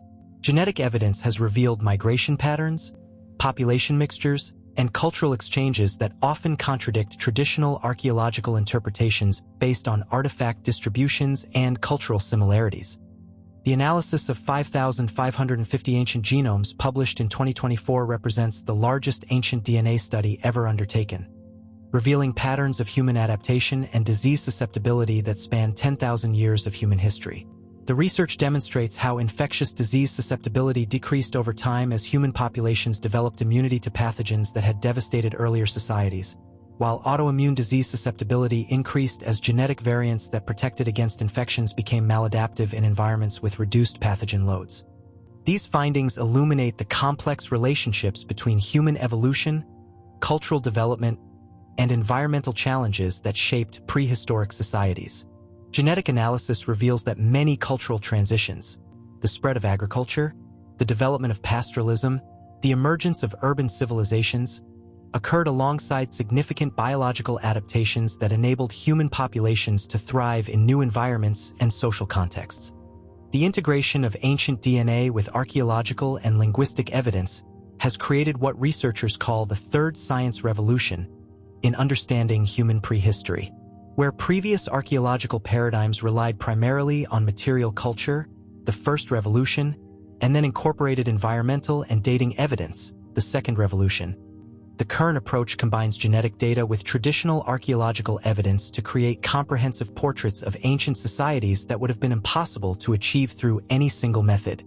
Dr. David Reich's laboratory at Harvard University has pioneered many of the techniques that make large-scale ancient DNA analysis possible, developing methods for extracting genetic material from degraded bone samples and distinguishing authentic ancient DNA from modern contamination. Reich's work has revealed previously unknown population movements, genetic admixture events, and evolutionary adaptations that have fundamentally reshaped our understanding of human prehistory. The genetic analysis of European populations has revealed multiple waves of migration and population replacement that left no clear traces in the archaeological record. The arrival of Neolithic farmers from Anatolia around 700 BCE, followed by Bronze Age pastoralists from the Pontic steppes around 3000 BCE, created complex patterns of genetic admixture that explain the ancestry of modern European populations while revealing social processes that would have been invisible to traditional archaeology. Ancient DNA has also illuminated the genetic relationships between different hominin species, revealing that modern humans interbred with Neanderthals, Denisovans, and possibly other archaic human populations as they expanded across the globe. These discoveries have transformed our understanding of human evolution from a linear progression to a complex network of divergence, migration, and genetic exchange that continued long after different human lineages initially separated. The analysis of ancient pathogens preserved in human remains has revealed the evolutionary history of diseases that have shaped human civilization. Genetic studies of plague bacteria from Bronze Age and medieval contexts have tracked the spread of epidemic diseases across continents, revealing how pandemic diseases influenced population movements, social organization, and cultural development throughout human history.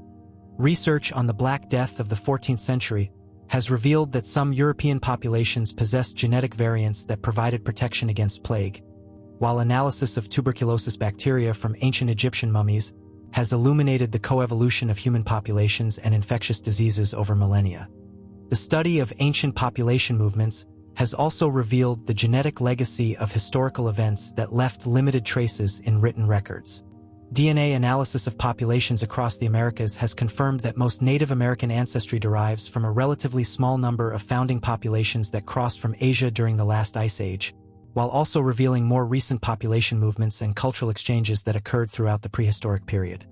Genetic studies of Pacific Island populations have illuminated the remarkable maritime migrations that brought humans to every habitable island in the Pacific Ocean, revealing complex patterns of exploration, settlement, and cultural exchange that enabled Polynesian navigators to colonize islands separated by thousands of kilometers of open ocean. The analysis of ancient European populations has revealed the genetic impact of historical events ranging from the Roman conquest to the Viking expansion, showing how political and cultural changes often involved significant population movements and genetic admixture that shaped the ancestry of modern populations.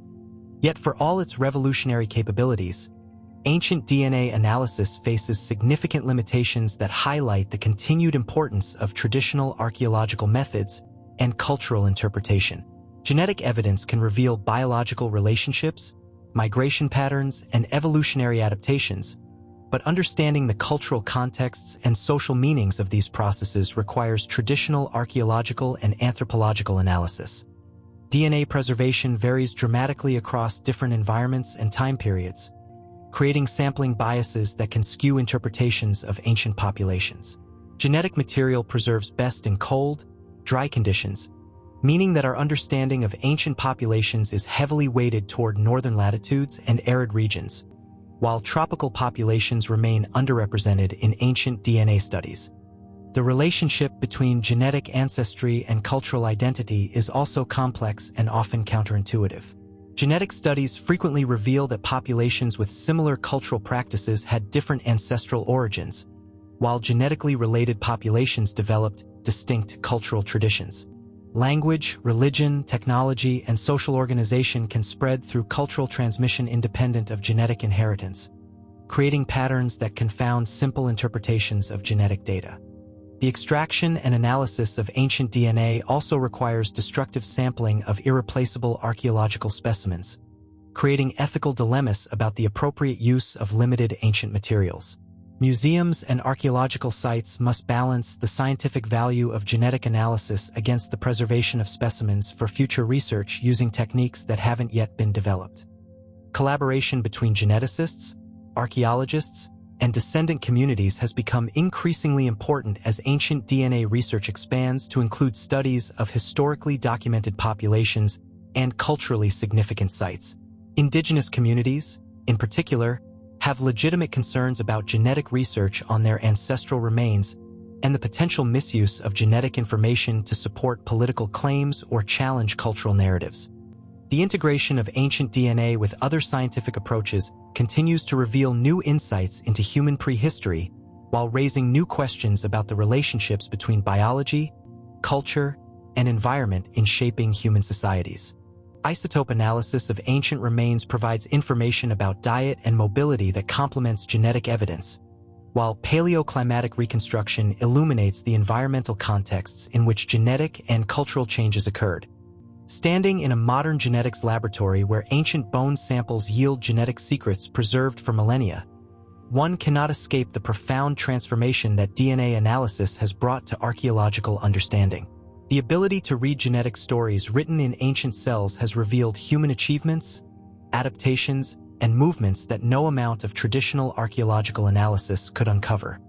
Yet ancient DNA's greatest contribution may be its demonstration that human diversity and achievement result from complex interactions between biology and culture that transcend simple narratives of genetic determinism or cultural isolation. The genetic evidence reveals that human populations have always been mobile, adaptive, and interconnected, creating patterns of diversity and achievement that reflect both biological heritage and cultural innovation. In teaching us to read the genetic archives preserved in ancient bones, science has revealed that our ancestors' stories are far more complex, interconnected, and remarkable than any single type of evidence could reveal. The molecular echoes of ancient lives remind us that human achievement in any era emerges from the creative interaction between inherited capabilities and cultural possibilities that each generation builds upon and transforms. Why mysteries endure? The archaeology of the impossible. 1. The limits of evidence. From the laboratories where scientists extract genetic secrets from ancient bones, reading molecular stories that illuminate human migrations, family relationships, and biological adaptations spanning thousands of years, we might expect that the combined power of modern technology has finally given us the tools to solve every archaeological mystery. LiDAR strips away forest canopies to reveal lost cities, Artificial intelligence reads carbonized scrolls that seemed permanently unreadable, and DNA analysis reconstructs the lives and movements of ancient peoples with unprecedented precision. Yet for all these remarkable technological breakthroughs, some of humanity's deepest archaeological mysteries remain as impenetrable today as they were when the first archaeologists began digging into the past. This persistence of the unknowable in the face of revolutionary scientific advances reveals something profound about the nature of archaeological evidence itself and the fundamental challenges that constrain our ability to reconstruct the past.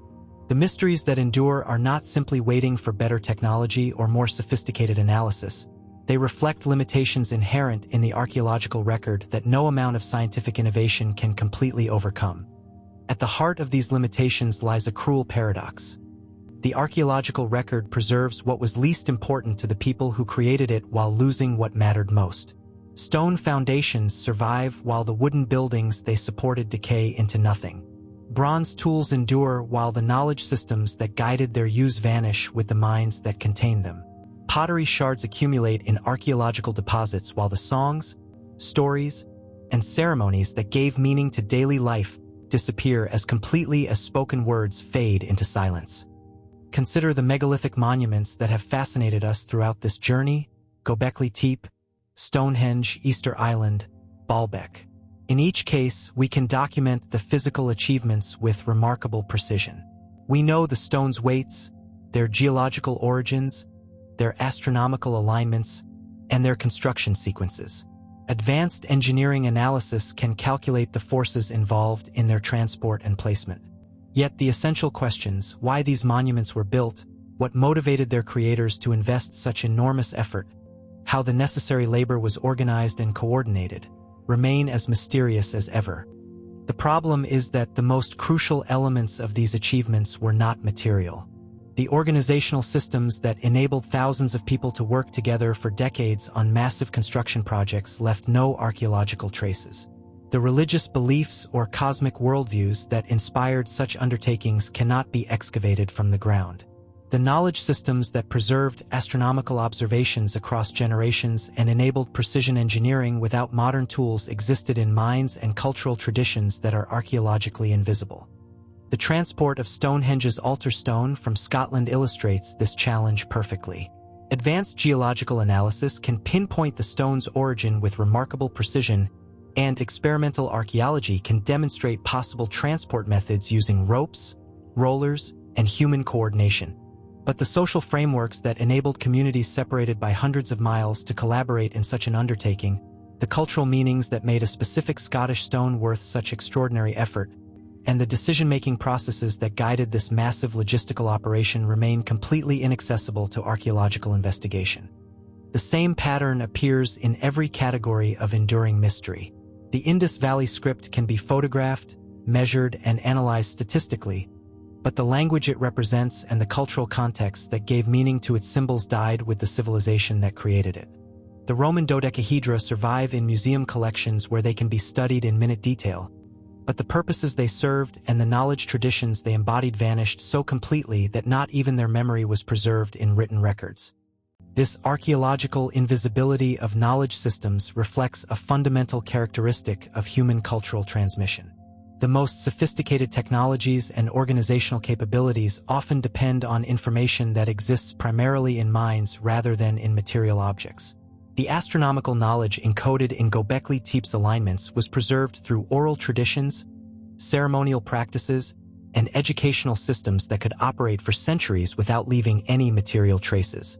When these traditions were interrupted or abandoned, the knowledge disappeared as completely as if it had never existed. Modern ethnographic studies of traditional societies illuminate how complex knowledge can be transmitted across generations without material support systems. Pacific Island navigators can guide outrigger canoes across thousands of miles of open ocean using sophisticated understanding of currents, star positions, and weather patterns that exists entirely in memory and oral tradition. When European contact disrupted these cultural transmission systems, much of this knowledge was lost despite the continued presence of the physical tools, canoes, paddles, sails, that had supported oceanic voyaging. The archaeological record also suffers from systematic preservation biases that skew our understanding of ancient capabilities and achievements. Organic materials, wood, leather, textiles, rope, decay in most environments, eliminating entire categories of ancient technology from the archaeological record. The sophisticated machines that may have enabled megalithic construction, the transport devices that moved massive stones across impossible distances, and the lifting equipment that positioned enormous blocks with precision all would have been made primarily from materials that don't survive burial and excavation. This preservation bias creates what archaeologists call the inverse relationship between importance and survival. The most crucial technologies for ancient achievements were often made from perishable materials that vanish completely, while the least important objects, pottery fragments, stone tools, metal scraps, accumulate in archaeological deposits and dominate our understanding of ancient capabilities.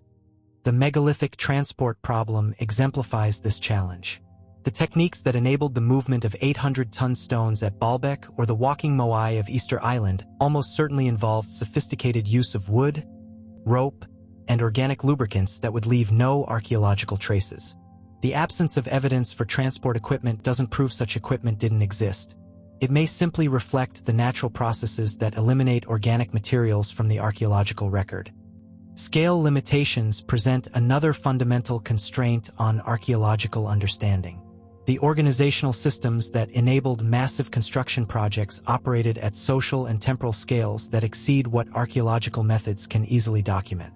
Excavation necessarily focuses on small areas over short time periods, making it difficult to reconstruct the landscape-scale coordination and multi-generational planning that major monuments required. The coordination necessary for Göbekli Tepe's construction would have involved hundreds of communities across the ancient Near East, operating according to shared cultural frameworks and organizational principles that enabled unprecedented cooperation.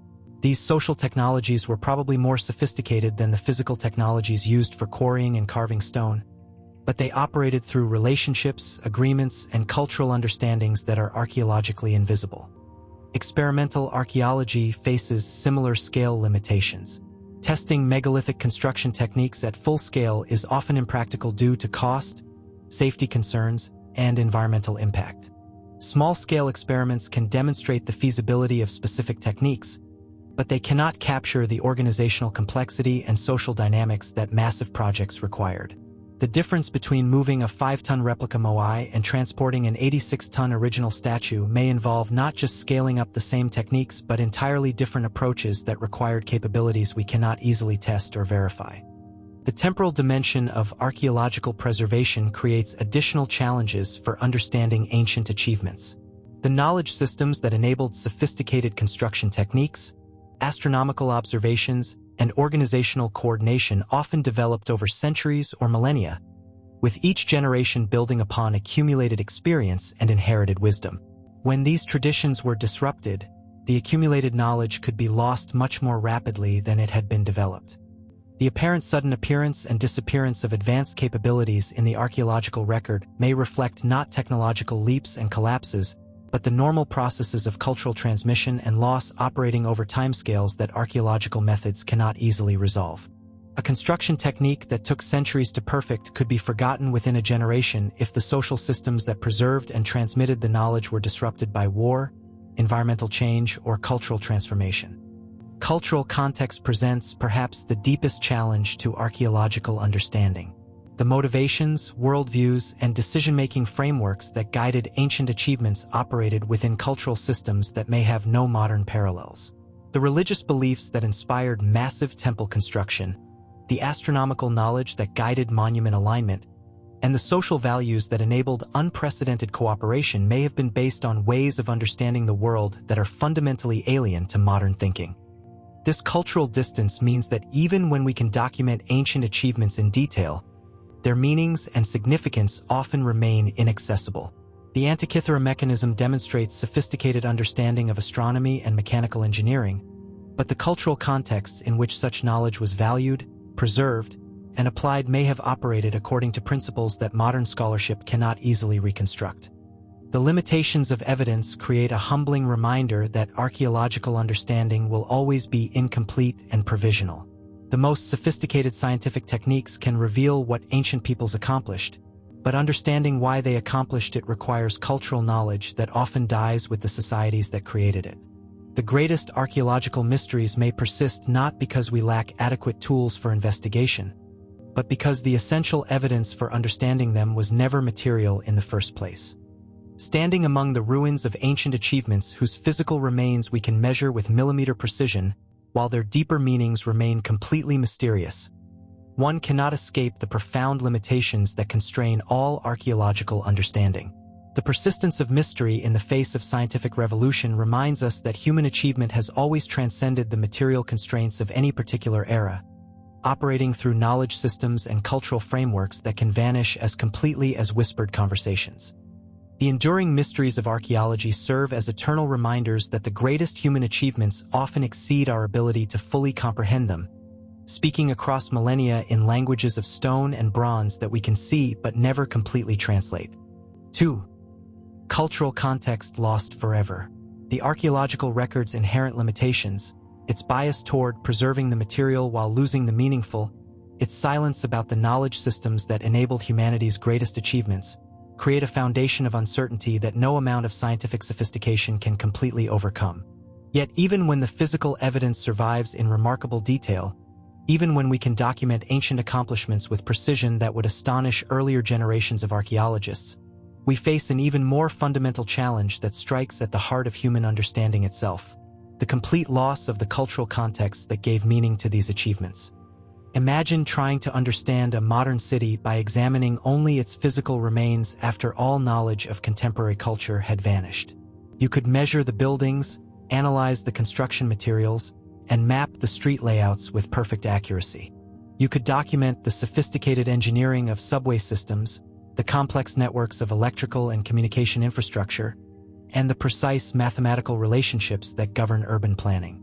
Yet without understanding the social functions these structures served, the cultural values they embodied, or the decision-making processes that guided their creation, the city would remain as mysterious as any ancient ruin.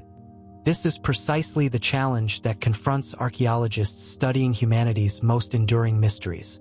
The monuments, artifacts, and scripts that have puzzled us throughout this journey survive as physical evidence of remarkable human achievements, but the cultural frameworks that gave them meaning have vanished so completely that we are left trying to understand sophisticated symbolic systems using only our own modern assumptions and interpretations. The undeciphered scripts exemplify this challenge in its most direct form.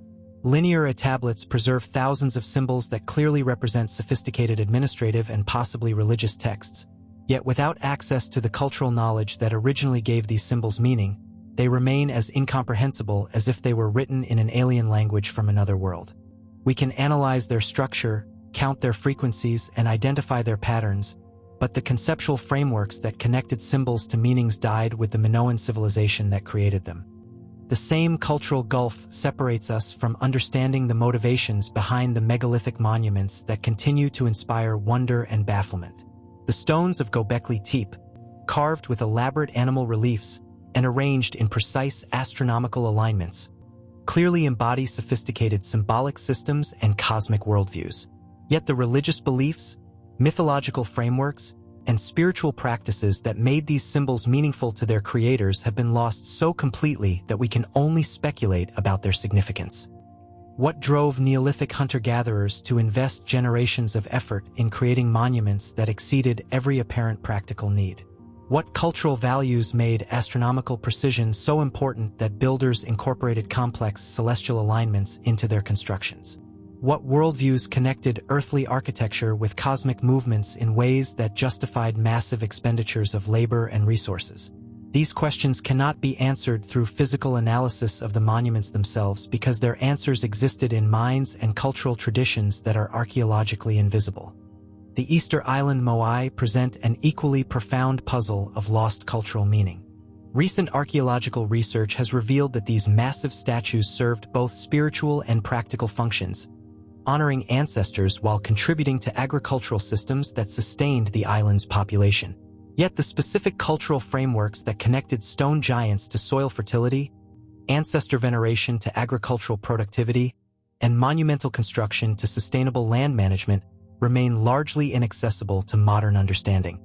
We can document what the Rapa Nui people accomplished, carving nearly 1,000 statues, transporting them across the island using sophisticated coordination techniques, integrating them into agricultural systems that sustained human habitation on one of the world's most isolated islands for over a millennium.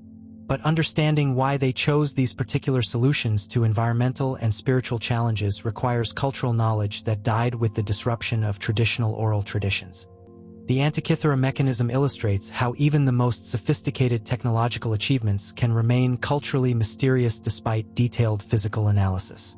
Modern research has revealed the bronze device's complete function as an astronomical computer capable of predicting celestial events with remarkable precision. We understand its mechanical operation, its mathematical relationships, and its observational accuracy better than its original users probably did. Yet the cultural contexts that made such sophisticated astronomical calculation valuable to ancient Greeks remain largely mysterious. Was the device primarily a research tool for advancing astronomical knowledge?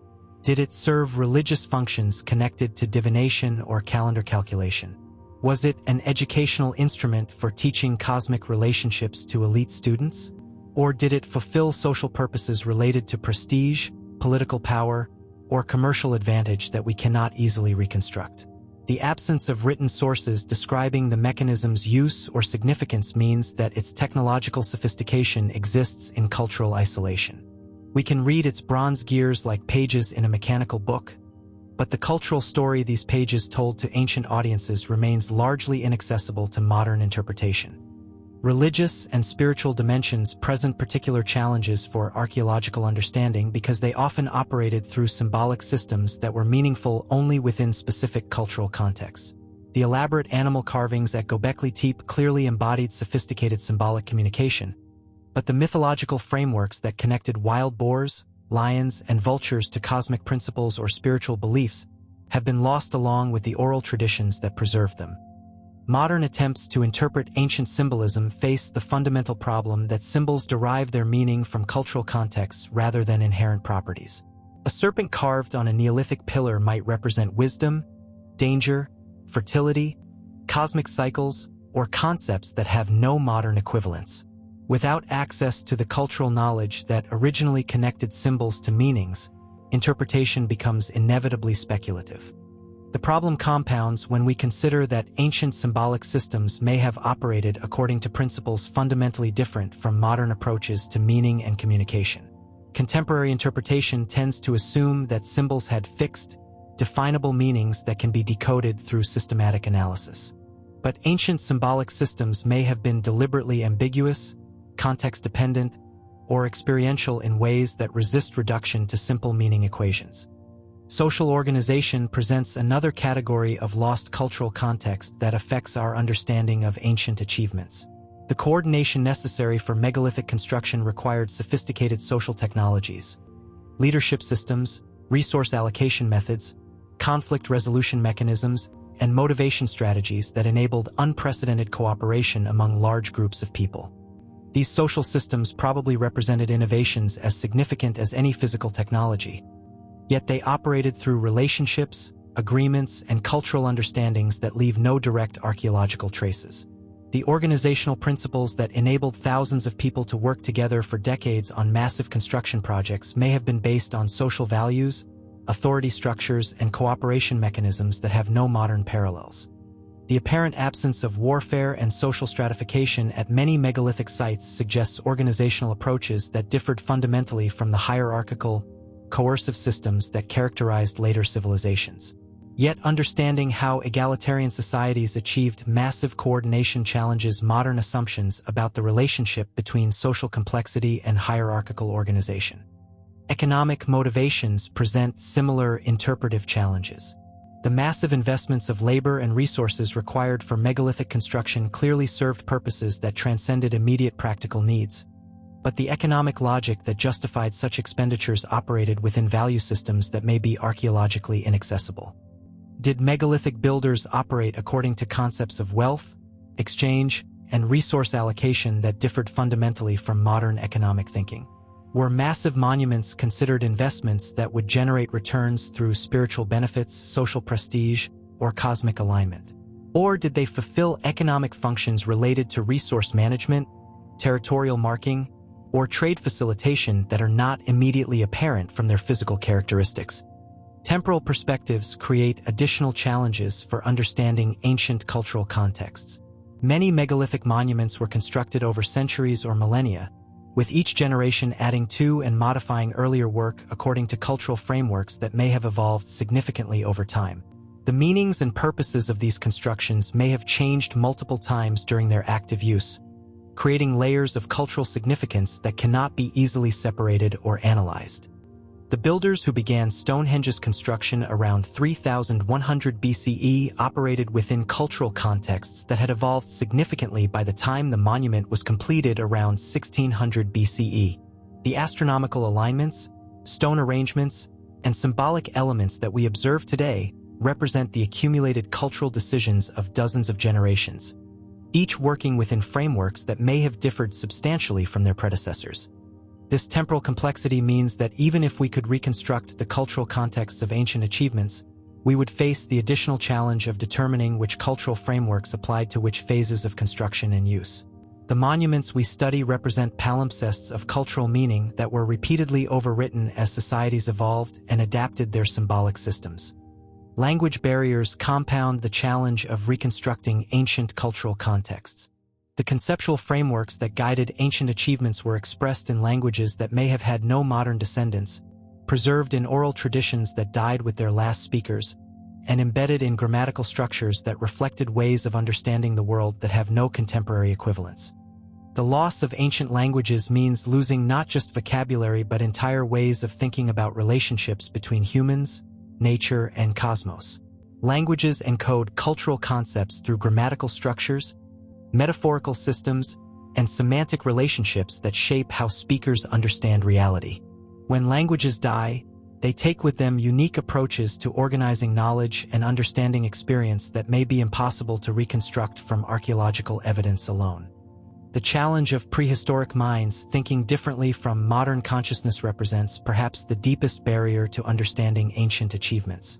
The cognitive frameworks that guided megalithic construction, astronomical observation, and symbolic communication may have operated according to mental models that integrated practical and spiritual concerns in ways that seem alien to contemporary analytical thinking. Ethnographic studies of traditional societies reveal cognitive approaches that differ fundamentally from modern scientific rationality, while enabling sophisticated achievements in navigation, ecological management, and social organization. These alternative cognitive frameworks suggest that ancient accomplishments may have emerged from ways of thinking that are not easily accessible to modern interpretation. Standing among the silent stones of ancient monuments whose physical presence we can measure with precision, while their cultural meanings remain forever beyond our reach, one cannot escape the profound humility that archaeological investigation ultimately requires. The greatest human achievements often transcend the material constraints of their time by operating through cultural frameworks that can vanish as completely as spoken words fade into silence. The enduring mysteries of archaeology remind us that understanding the past requires not just sophisticated analytical techniques but cultural empathy that can bridge the vast distances between ancient ways of thinking and modern approaches to knowledge. Yet some of these distances may be unbridgeable, leaving us with magnificent achievements whose meanings will remain forever locked in the minds that conceived them. In the silence of lost cultural contexts lies perhaps the deepest archaeological mystery of all: the recognition that human potential has always exceeded our ability to fully comprehend it, creating achievements that speak across millennia in languages we can recognize but never completely translate. Conclusion: the questions that define us. From the profound realization that the cultural frameworks which gave meaning to humanity's greatest achievements have vanished as completely as whispered conversations carried away by ancient winds, our journey through the unsolved mysteries of the past brings us to a place of both humility and wonder. We have traveled from the megalithic temples of Turkey to the undeciphered scripts of vanished civilizations, from artifacts that seem impossibly advanced for their time to technologies that reveal hidden worlds beneath forest canopies and carbonized scrolls. Along the way, we have encountered the fundamental limitations that constrain all archaeological understanding, while witnessing the revolutionary breakthroughs that continue to expand the boundaries of what we can know about our ancestors. Yet perhaps the most profound revelation of this exploration is not any single discovery or technological breakthrough, but the recognition that the persistence of mystery in the face of scientific revolution tells us something essential about the nature of human achievement itself. The ancient mysteries that continue to baffle researchers despite laser scanning, artificial intelligence, and genetic analysis are not simply puzzles waiting for better tools or more sophisticated analysis. They are windows into the deepest questions about human potential, creativity, and the capacity to transcend apparent limitations in any age. The megalithic monuments that have anchored our journey, Göbekli Tepe, Stonehenge, Easter Island, Baalbek, stand as eternal reminders that human achievement has never been constrained by the apparent technological limitations of any particular era. 11,500 years ago, when most humans lived in small bands following seasonal resources, the builders of Göbekli Tepe somehow organized the most ambitious construction project of the prehistoric world. They quarried, carved, and transported 50-ton stones using only flint tools and human coordination, creating astronomical observatories and religious complexes that rival anything built by later civilizations with metal tools, draft animals, and accumulated engineering knowledge. These achievements remind us that the boundaries between the possible and impossible are far more fluid than we often assume. The hunter-gatherers who created Göbekli Tepe, the Bronze Age Britons who transported the altar stone from Scotland to Salisbury Plain, the Rapa Nui carvers who made nearly 1,000 statues walk across their island. They all accomplished things that challenge our understanding of what should have been possible with the resources and knowledge available to them. The undeciphered scripts we have encountered present a different but equally profound challenge to our assumptions about human intellectual development. The Indus Valley Civilization created one of the world's first urban cultures, complete with sophisticated drainage systems, standardized weights and measures, and a writing system so complex that it has resisted a century of decipherment attempts. The Minoans developed Europe's first advanced civilization while creating administrative and possibly literary texts in Linear A that remain as mysterious today as when they were first discovered. These vanished literacies remind us that human intellectual achievement has followed pathways that often diverge from the linear progression models that dominate our thinking about cultural development. Sophisticated knowledge systems can emerge, flourish, and disappear completely, leaving behind only tantalizing fragments that speak to capabilities we can recognize but cannot fully comprehend. The artifacts that seem impossibly advanced for their time, the Antikythera mechanism, the Roman dodecahedra, the Phaistos disc, challenge our assumptions about the relationship between technological sophistication and historical chronology. The ancient Greeks who created a bronze computer capable of predicting celestial events with remarkable precision, the Roman craftsmen who manufactured mysterious 12-sided objects whose purpose remains completely unknown, the Minoan artisans who invented movable type printing 3,000 years before Gutenberg. They all demonstrate that innovation and genius can emerge in any era, transcending the apparent constraints of available materials and accumulated knowledge. These technological mysteries remind us that human creativity operates according to principles that extend far beyond simple accumulation of tools and techniques. The most remarkable achievements often emerge from the creative application of available resources to challenges that seem impossible to solve, producing solutions that continue to inspire wonder and analysis long after their original purposes have been forgotten. The revolutionary technologies that have transformed archaeological investigation in recent decades, LiDAR mapping, artificial intelligence analysis, ancient DNA extraction, have simultaneously solved old mysteries and revealed new depths of complexity in prehistoric societies. Each answered question has opened new avenues of investigation. Each technological breakthrough has illuminated previously invisible aspects of ancient achievement. The ability to read carbonized scrolls, to see lost cities through forest canopies, to trace genetic stories preserved in ancient bones. These capabilities have given us unprecedented access to the thoughts, achievements, and relationships of our ancestors. Yet they have also made clear that understanding the past requires more than simply recovering information. The greatest mysteries persist not because we lack adequate tools for investigation, but because they involve aspects of human experience that transcend material preservation. The knowledge systems that enabled megalithic construction, the cultural frameworks that gave meaning to undeciphered scripts, the social technologies that coordinated massive collective projects.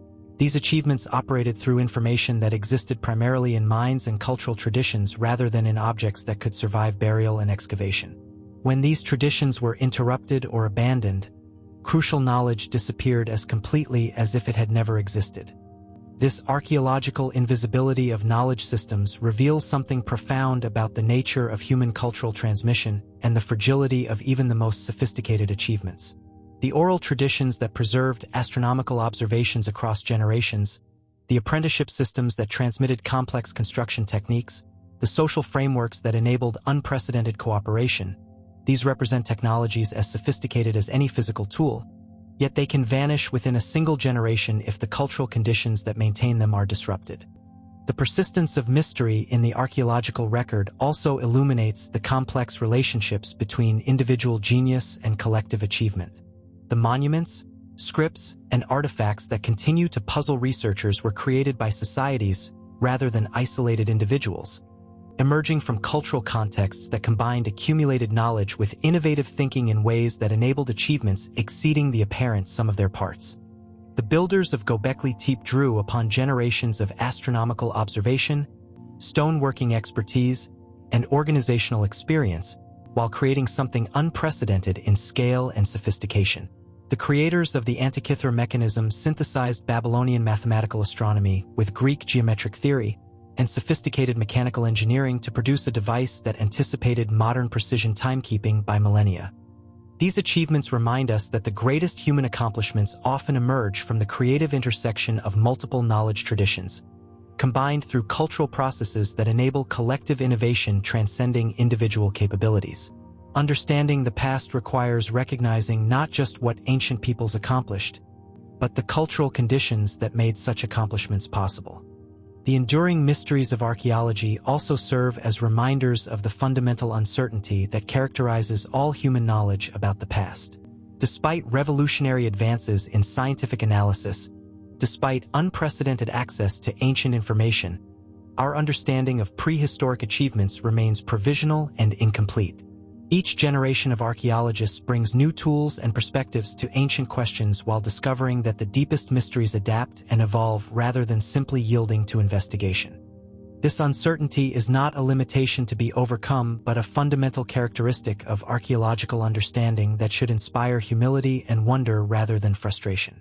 The recognition that human achievement has always exceeded our ability to fully comprehend it should encourage appreciation for the depth and complexity of our species' intellectual and cultural capabilities rather than disappointment at the limits of current knowledge.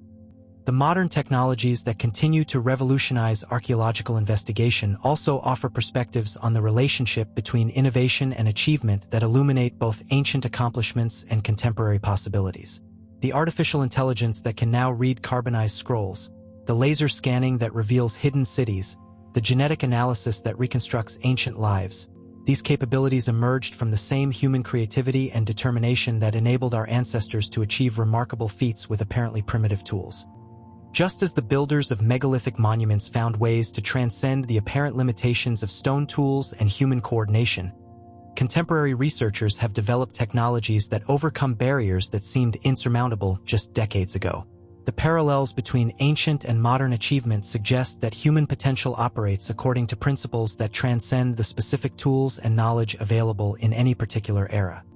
The greatest archaeological mysteries may ultimately be less about specific puzzles waiting to be solved than about the recognition that human achievement will always contain elements that exceed our ability to fully understand or explain. The monuments that continue to inspire wonder, the scripts that resist decipherment, the technologies that seem impossibly advanced for their time, they all speak to capabilities and motivations that operated according to frameworks that may be fundamentally different from modern approaches to knowledge and achievement. Standing at the intersection of ancient mystery and modern revelation, surrounded by evidence of human achievements that continue to challenge our understanding despite revolutionary advances in analytical capabilities, one cannot escape the profound questions these discoveries pose about the nature of human potential itself. Our ancestors built monuments that transcend time, created knowledge systems that preserve cosmic understanding, and achieved coordination that enabled collective projects exceeding anything attempted before or since. The mysteries that endure remind us that human achievement has always involved elements that transcend material constraints, operate through non-physical knowledge systems, and emerge from cultural frameworks that can disappear as completely as voices carried away by wind. They challenge us to expand our understanding of what's possible while recognizing that the greatest accomplishments often exceed our ability to fully comprehend them. The ancient voices that speak to us through stone monuments, bronze artifacts, and undeciphered scripts remind us that every age faces challenges that seem impossible with available tools and knowledge. Yet human creativity and determination consistently find ways to transcend apparent limitations. The megalithic builders who moved massive stones without machines, the ancient computers makers who calculated celestial movements with bronze gears, the Pacific navigators who crossed vast oceans using traditional knowledge, they all achieved things that continue to inspire wonder precisely because they exceeded the apparent constraints of their time. In contemplating these enduring mysteries, we find not just fascinating puzzles from the past, but profound insights into the unlimited potential that defines human nature itself. The questions that these ancient achievements pose about organization, innovation, meaning, and purpose are ultimately questions about who we are as a species and what we might become. The archaeology of the impossible reminds us that human achievement knows no boundaries of time, technology, or circumstance, and that the greatest mysteries often serve not as problems to be solved, but as invitations to expand our understanding of what's truly possible when human creativity encounters seemingly insurmountable challenges. In the end, the ancient mysteries that refuse to yield their secrets may be teaching us the most important lesson of all: that human potential is itself the ultimate mystery, capable of achievements that transcend every apparent limitation and continue to inspire wonder across millennia.